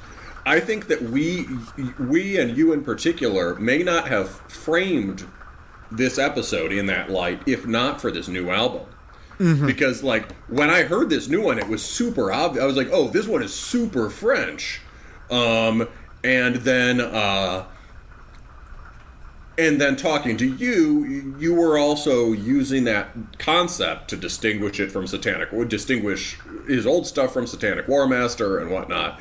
But this to me feels like his most French-sounding album, at least since the very oldest stuff. So it's a statement about what the band is that is pretty clear, and that doesn't scratch the same itch as Let the Devil In, but it does have some of the big. It has new kinds of riffs, but also has the big Sargeist riffs. Yeah, it certainly does. So, like you said, this is very distinctly French, and I think that it actually is pretty effective at synthesizing, like, the first couple Sargeist records with some of the advancements on Let the Devil In, but delivered in a deliberately more restrained manner. Something that I think we've been seeing lately, and that I think is, like, generally healthy, is that quote-unquote big comeback records are now taking the form of stuff that just, like, slots neatly into the band's prior discography without being too ostentatious. Like, we could see that with the new GBK record. We could see that with the new Mutilation record. And now I think we see it with this Sargeist record. Now, Sargeist certainly didn't have as big a gap between this and their previous record, but it definitely does feel like the band coming back, really, for the first time since Let the Devil In. It feels like this is... Yeah, honestly, it feels like this is the follow-up to Let the Devil In. Mm-hmm. Like the intervening time didn't happen, and that this is him saying, okay, enough of that, now we're going to do Mutilation. Yeah, we're doing Mutilation, and I think we're doing a lot of things. I think there is I think that Sargeist has always been a band where Shoutrock really allowed a lot of kind of quoting and artful rearrangement of other bands, which is, again, not backhanded. That's completely not only acceptable, but a good thing in extreme metal. Sure. And there's a lot of that on this record. However, the things that he's quoting seem to be so thoroughly digested within his own playing style, it's very hard to get a bead on exactly what's going on. So, let me play a sample. Let's go to Ordained and Adorned, which is one that I really enjoy. And we'll listen to a little bit of this and try to peel back the layers on where some of these ideas might be coming from.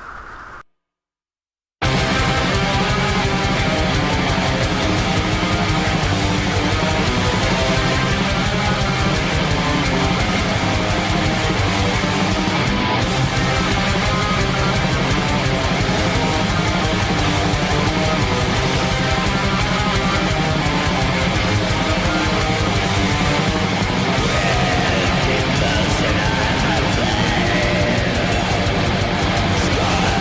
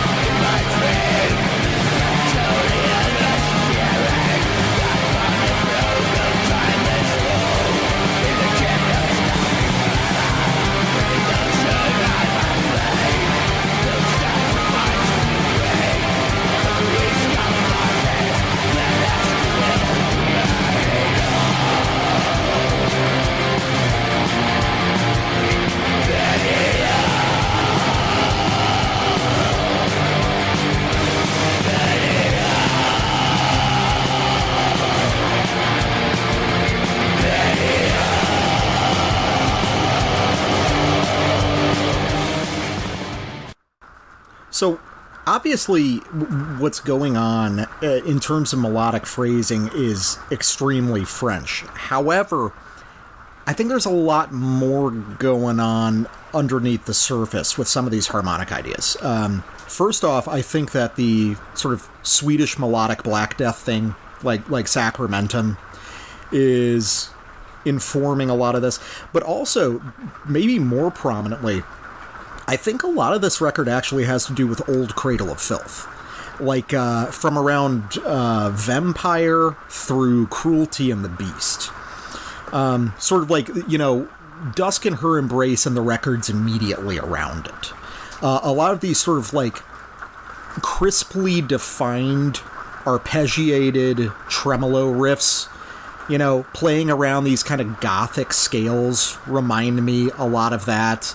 A lot of the sort of, like, smooth pacing, which has, always been a feature of Sargeist, but is also very prominent even early on in Cradle of Filth. A more decidedly gothic atmosphere in general. I don't know. It's interesting to think about. There's a lot of parts. Every individual riff in this sample is like tickling my memory as a reference to something else, but I don't know what any of it is. Yeah, that's a great way of putting it. I mean, I hear what you mean about the Cradle of Filth thing makes sense. But the Swedish Black Death thing I was thinking of, especially with the D-beat riff. Dun, dun, dun, dun, dun, dun, dun, dun, dun, dun, dun, dun. That's throughout this record, I had my memory tickled, continually thinking I was hearing the beginning of the riff to Dissection's Soul Reaper, that's the best Dissection song. Dum dum dum dum dum dum dum dum dum dum dum dum dum dum dum dum dum dum dum. Yeah, and he plays like 7 different variations of it across this record.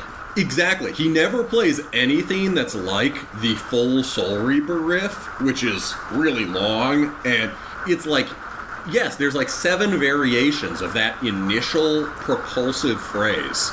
Da da da da da da da da da da da da da da. Yeah, all over. I'm glad you hear that. It's like he just sort of he took something that's kind of like elaborate and eye-catching and just chopped the very beginning of it and made it into like a fungible unit that he could move around.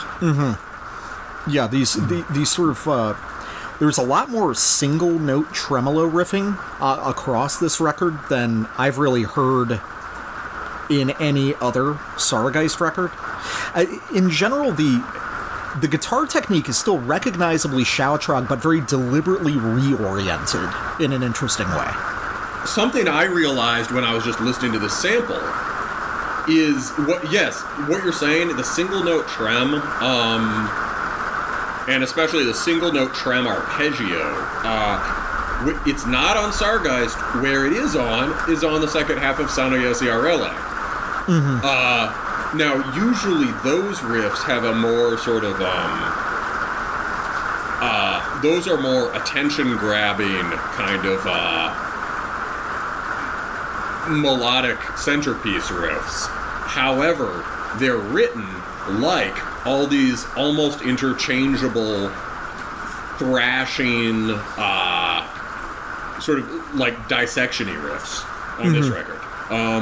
It's like he's taken that sort of like what he's kept is the hypnotically repeated arpeggio thing, and he's changed the rhythm under it so that now it has this kind of D-beat thing, and it's closer to the Swedish Black Death stuff. And he's using it more as almost a format for a verse riff rather than a chorus riff. And, another, like, obvious thing would just be Nightside Era Emperor, which you mentioned is sort of, like, informing the newest Horna as well. Yeah. That makes sense for sure. So more of that guitar. The main riff there is probably, the big Sargeist riff on this track is probably my favorite riff on the record. Yeah, it's a really good one. And it reminds me of what you liked about that first riff on Burning Voice. Like what you said about the riff kind of going down and up in a way that sounds a little bit lost or tortured, maybe. This riff does the same thing. It makes the same sort of like descent and rise, and not like a super conclusive or emphatic rise, but it doesn't sound lost. And the riff has like 4 times the notes of the other one, which was like sort of a bare bones abstraction. This is like the mature version of the same riff, and it almost reminds me of the statement you started out with for this review, which is basically just, Shatrug is comfortable where he is now. Yeah. This is the voice of the mature Satanist. I like it. Some of them get to grow old. All right, what have you got?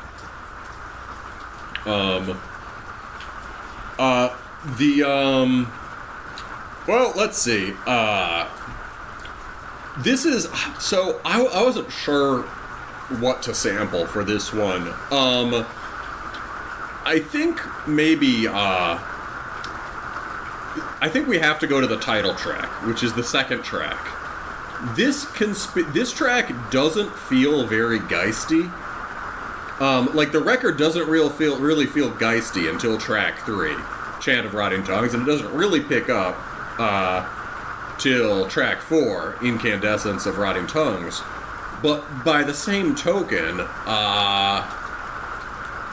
I think we should pay attention to the parts that sound the least like Sargeist, because that's where, you know, the most new stuff is coming in. So, Flame Within Flame is a deliberately simple song, and it turns on a pretty interesting kind of riff that keeps returning for the rest of the record. So if the death metal guy just defined one of those with that kind of thrashing lead arpeggio, here's another riff form that keeps coming back.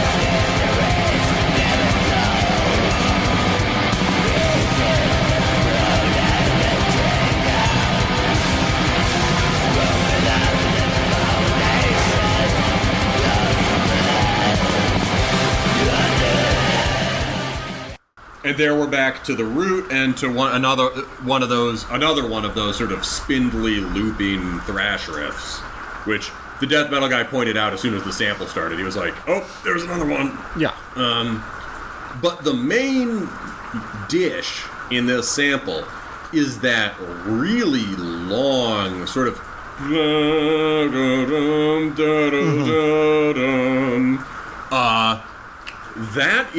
that's different in a couple ways. First, it's bar chords in a way that separates it from the narrow dyads, 2 or 3 string sliding chords that you would hear all over Let the Devil In.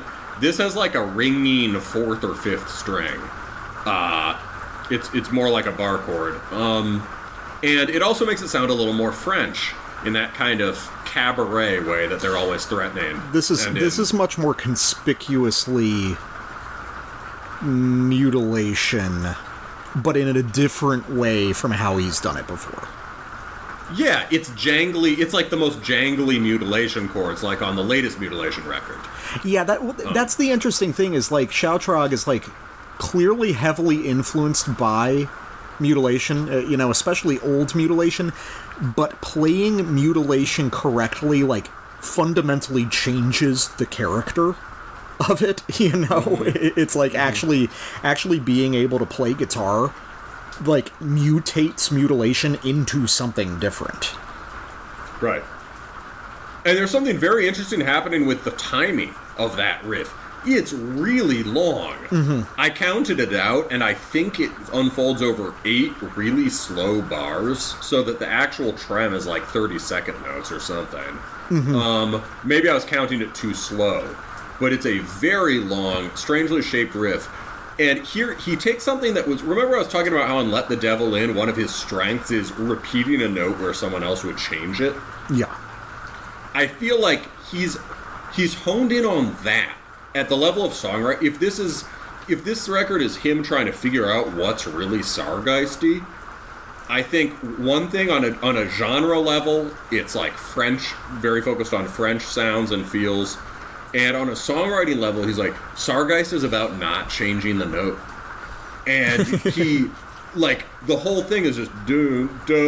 It's all on the, like, flat third, just hovering over the root. Da, da, da, da, da, and it just goes back up to that third and keeps hanging there in this kind of ominous way. That I think is also... it draws on a certain tradition of French black metal, too, of, like, successfully elongating a note. A band I think we probably should talk about in relation to Sargeist is Bekhira. Mm-hmm. And one of their greatest riff is the riff to Mephisto and the Sorcerer, which has that yearning, that burning adoration, the sense of the arduous path and the longing that you talked about as essential to Sargeist. Bekhira has that in spades, and the main riff to that song is just oscillating between 2 notes in a way that doesn't sound, instead of sounding stilted and unmusical, sounds like singing. And so he's really... no, it's just interesting because, specifically talking about that, just 2 ringing chords set against each other, that's mutilations to the memory of the Dark Countess. That's like the opening there is about that. Maybe that's sort of a French idea in particular. Yeah, and I think it's related to singing, whereas like a lot of melody is like you're not on the root note and you're not really moving around too much. Mm-hmm. Yeah, so it's getting from mutilation too. So we're hitting on a very French thing. But he stretches it out in this kind of inhuman way that connects back to that sort of cold geometry that you get in parts of Let the Devil In. It's really cool. It's odd. It's starkly minimalist and yet also lyrical. Very cool. And then you get the quote-unquote chorus. He doesn't even change the fucking chord. The chorus starts on the same chord and just drops again. And it's slightly different just because it does a little more of this like sighing dip and bend. Da, da, da, da, da, da. But it's not far off, and then we're just back in the obsessively looping sort of manic goth thrash. So you can see him. We're starting to get a sense of like the vocabulary he's isolating on this record. Yeah, it's in a sense deliberately pared back, but something more careful is happening with everything.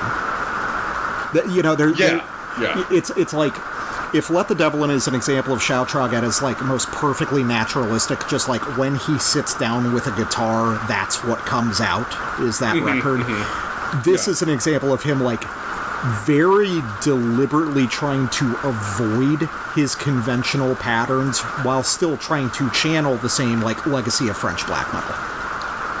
Yeah, that's a good way of putting it. And the way he makes it work is by allowing himself to be as minimal as he was on the earliest stuff. Right? Yeah, he's refusing to have a lot of parts so that he can introduce new parts. Yeah. Yeah, so that, even though that track, for someone coming into the record for the first time, you're like, okay, when's it gonna Sargeist? It can feel a little frustrating. I think taken on its own, it's a really good track, and it has something to do with his classic stuff while also being pretty austere and weird. Yeah, well, I think that one of the things that we're learning is that, like, I get what you mean by this doesn't sound like Sargeist necessarily, but, like, looking more broadly at their discography, I mean, if it sounds like French and connected to Mutilation and the Concilium bands, oh, I guess it is Sargeist, you know? No, you're totally right there. This record really does sound like Sargeist. I just mean, for those of us innocently expecting the Empire of Suffering riff. Oh, yeah. Every time. That's fair. It's several songs before. What you want to hear on this record, if you're rooting for a Sargeist return to form, is at least some stuff that reminds you of the big riffs from Let the Devil In. And it takes a few tracks till we get to anything like that. That's all I mean. No, that's fair. But yes, he is saying, I think this is him a successful sort of contrarian statement, right? He's saying, Sargeist isn't that, it's this. Right? It can't be reduced to that. Where all that you liked and Let the Devil In was coming from is this. It really is a follow-up record. Yeah, it is. It is consciously placing itself in an interesting opposition to it. Yeah, this record came out in 2012. Yeah. Yeah, I don't know what's happened. Death Metal Guy, what's happened? It's 2012, and we have to stay up, gorked out of our minds, spurging about posers until 5 a.m. on Skype. Mama called those the salad days. Yeah. All right, what have you got? What have you got next? To the Mistress of Blackest Magic. This is another track that is very French, I think everyone will hear, and also shows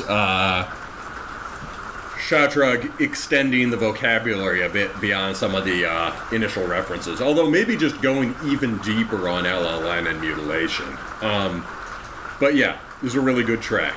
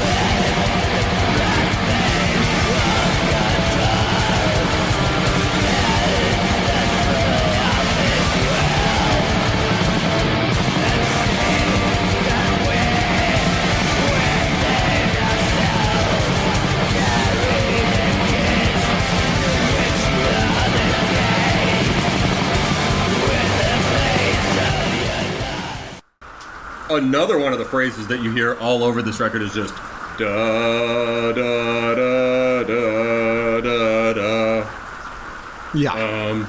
But before it, holy shit! Big barnstorming riff. The vampire is fainting so hard.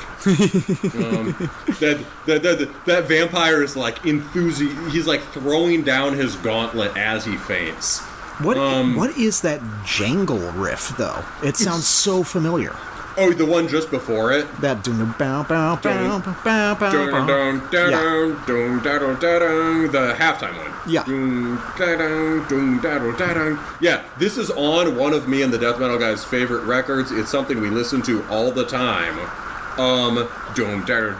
It might be Migla, but I don't think so. It's shaped kind of like a Migla riff, but it's not that. But it's not. It's something older.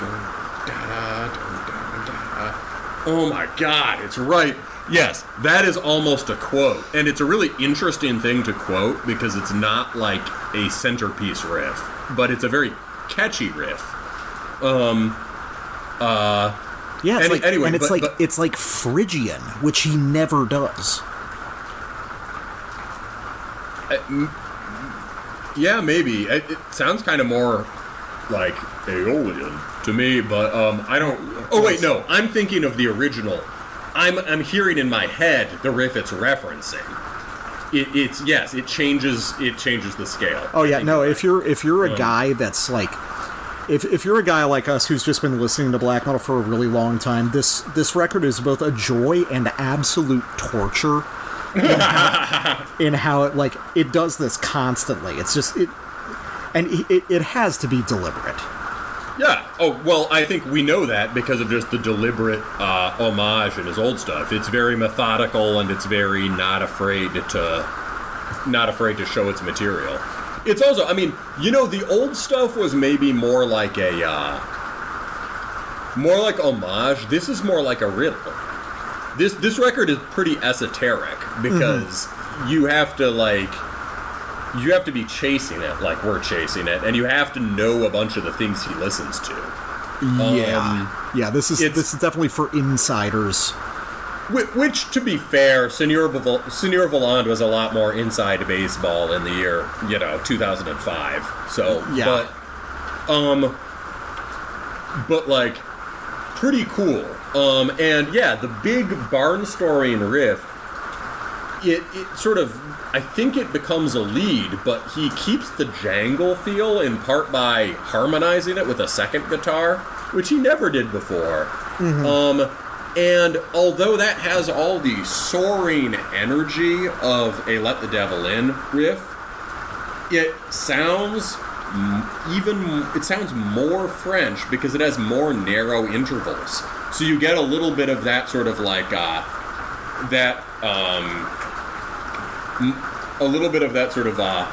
French bitterness, or almost the Latin quality of some of the progressions. Like you could hear how it's almost like Latin jazz, but only because it's like the Latin parts of French music.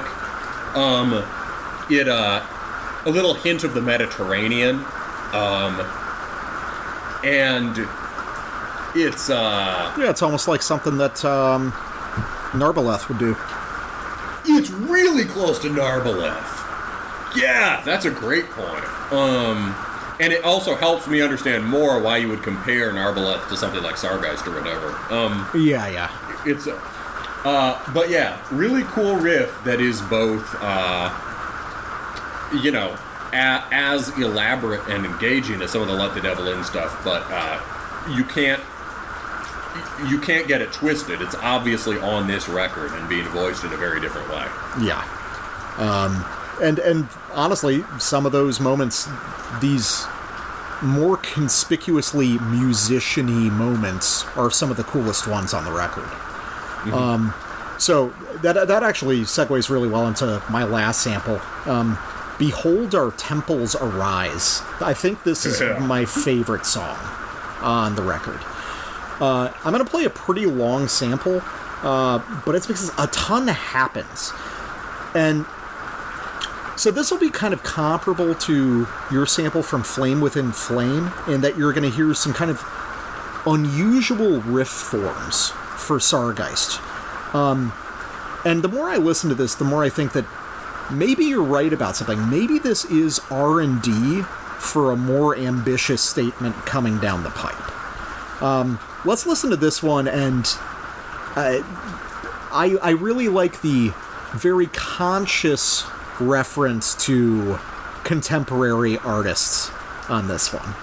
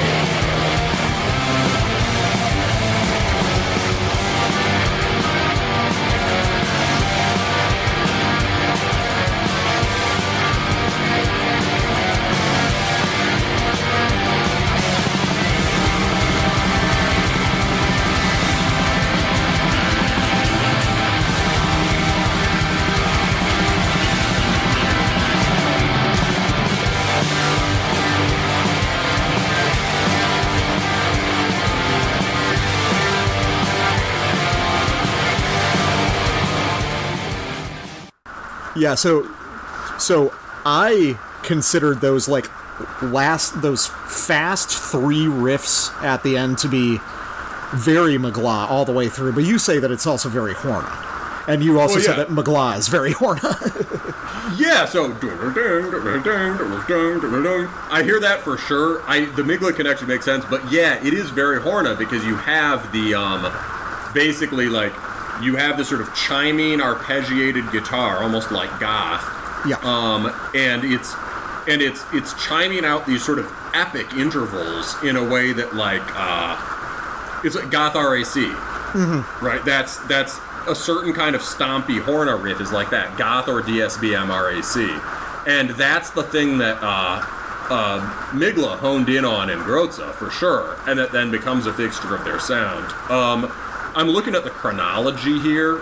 I think Horna gets to that kind of hallmark thing on, certainly by Envatnags Eflos Solf Eskat Navavavi. Just give me the year, man. I don't know. yeah, exactly. 05. So that sort of, it's a very Horna thing, and it's pretty integral to their sound, going back to the mid 00s.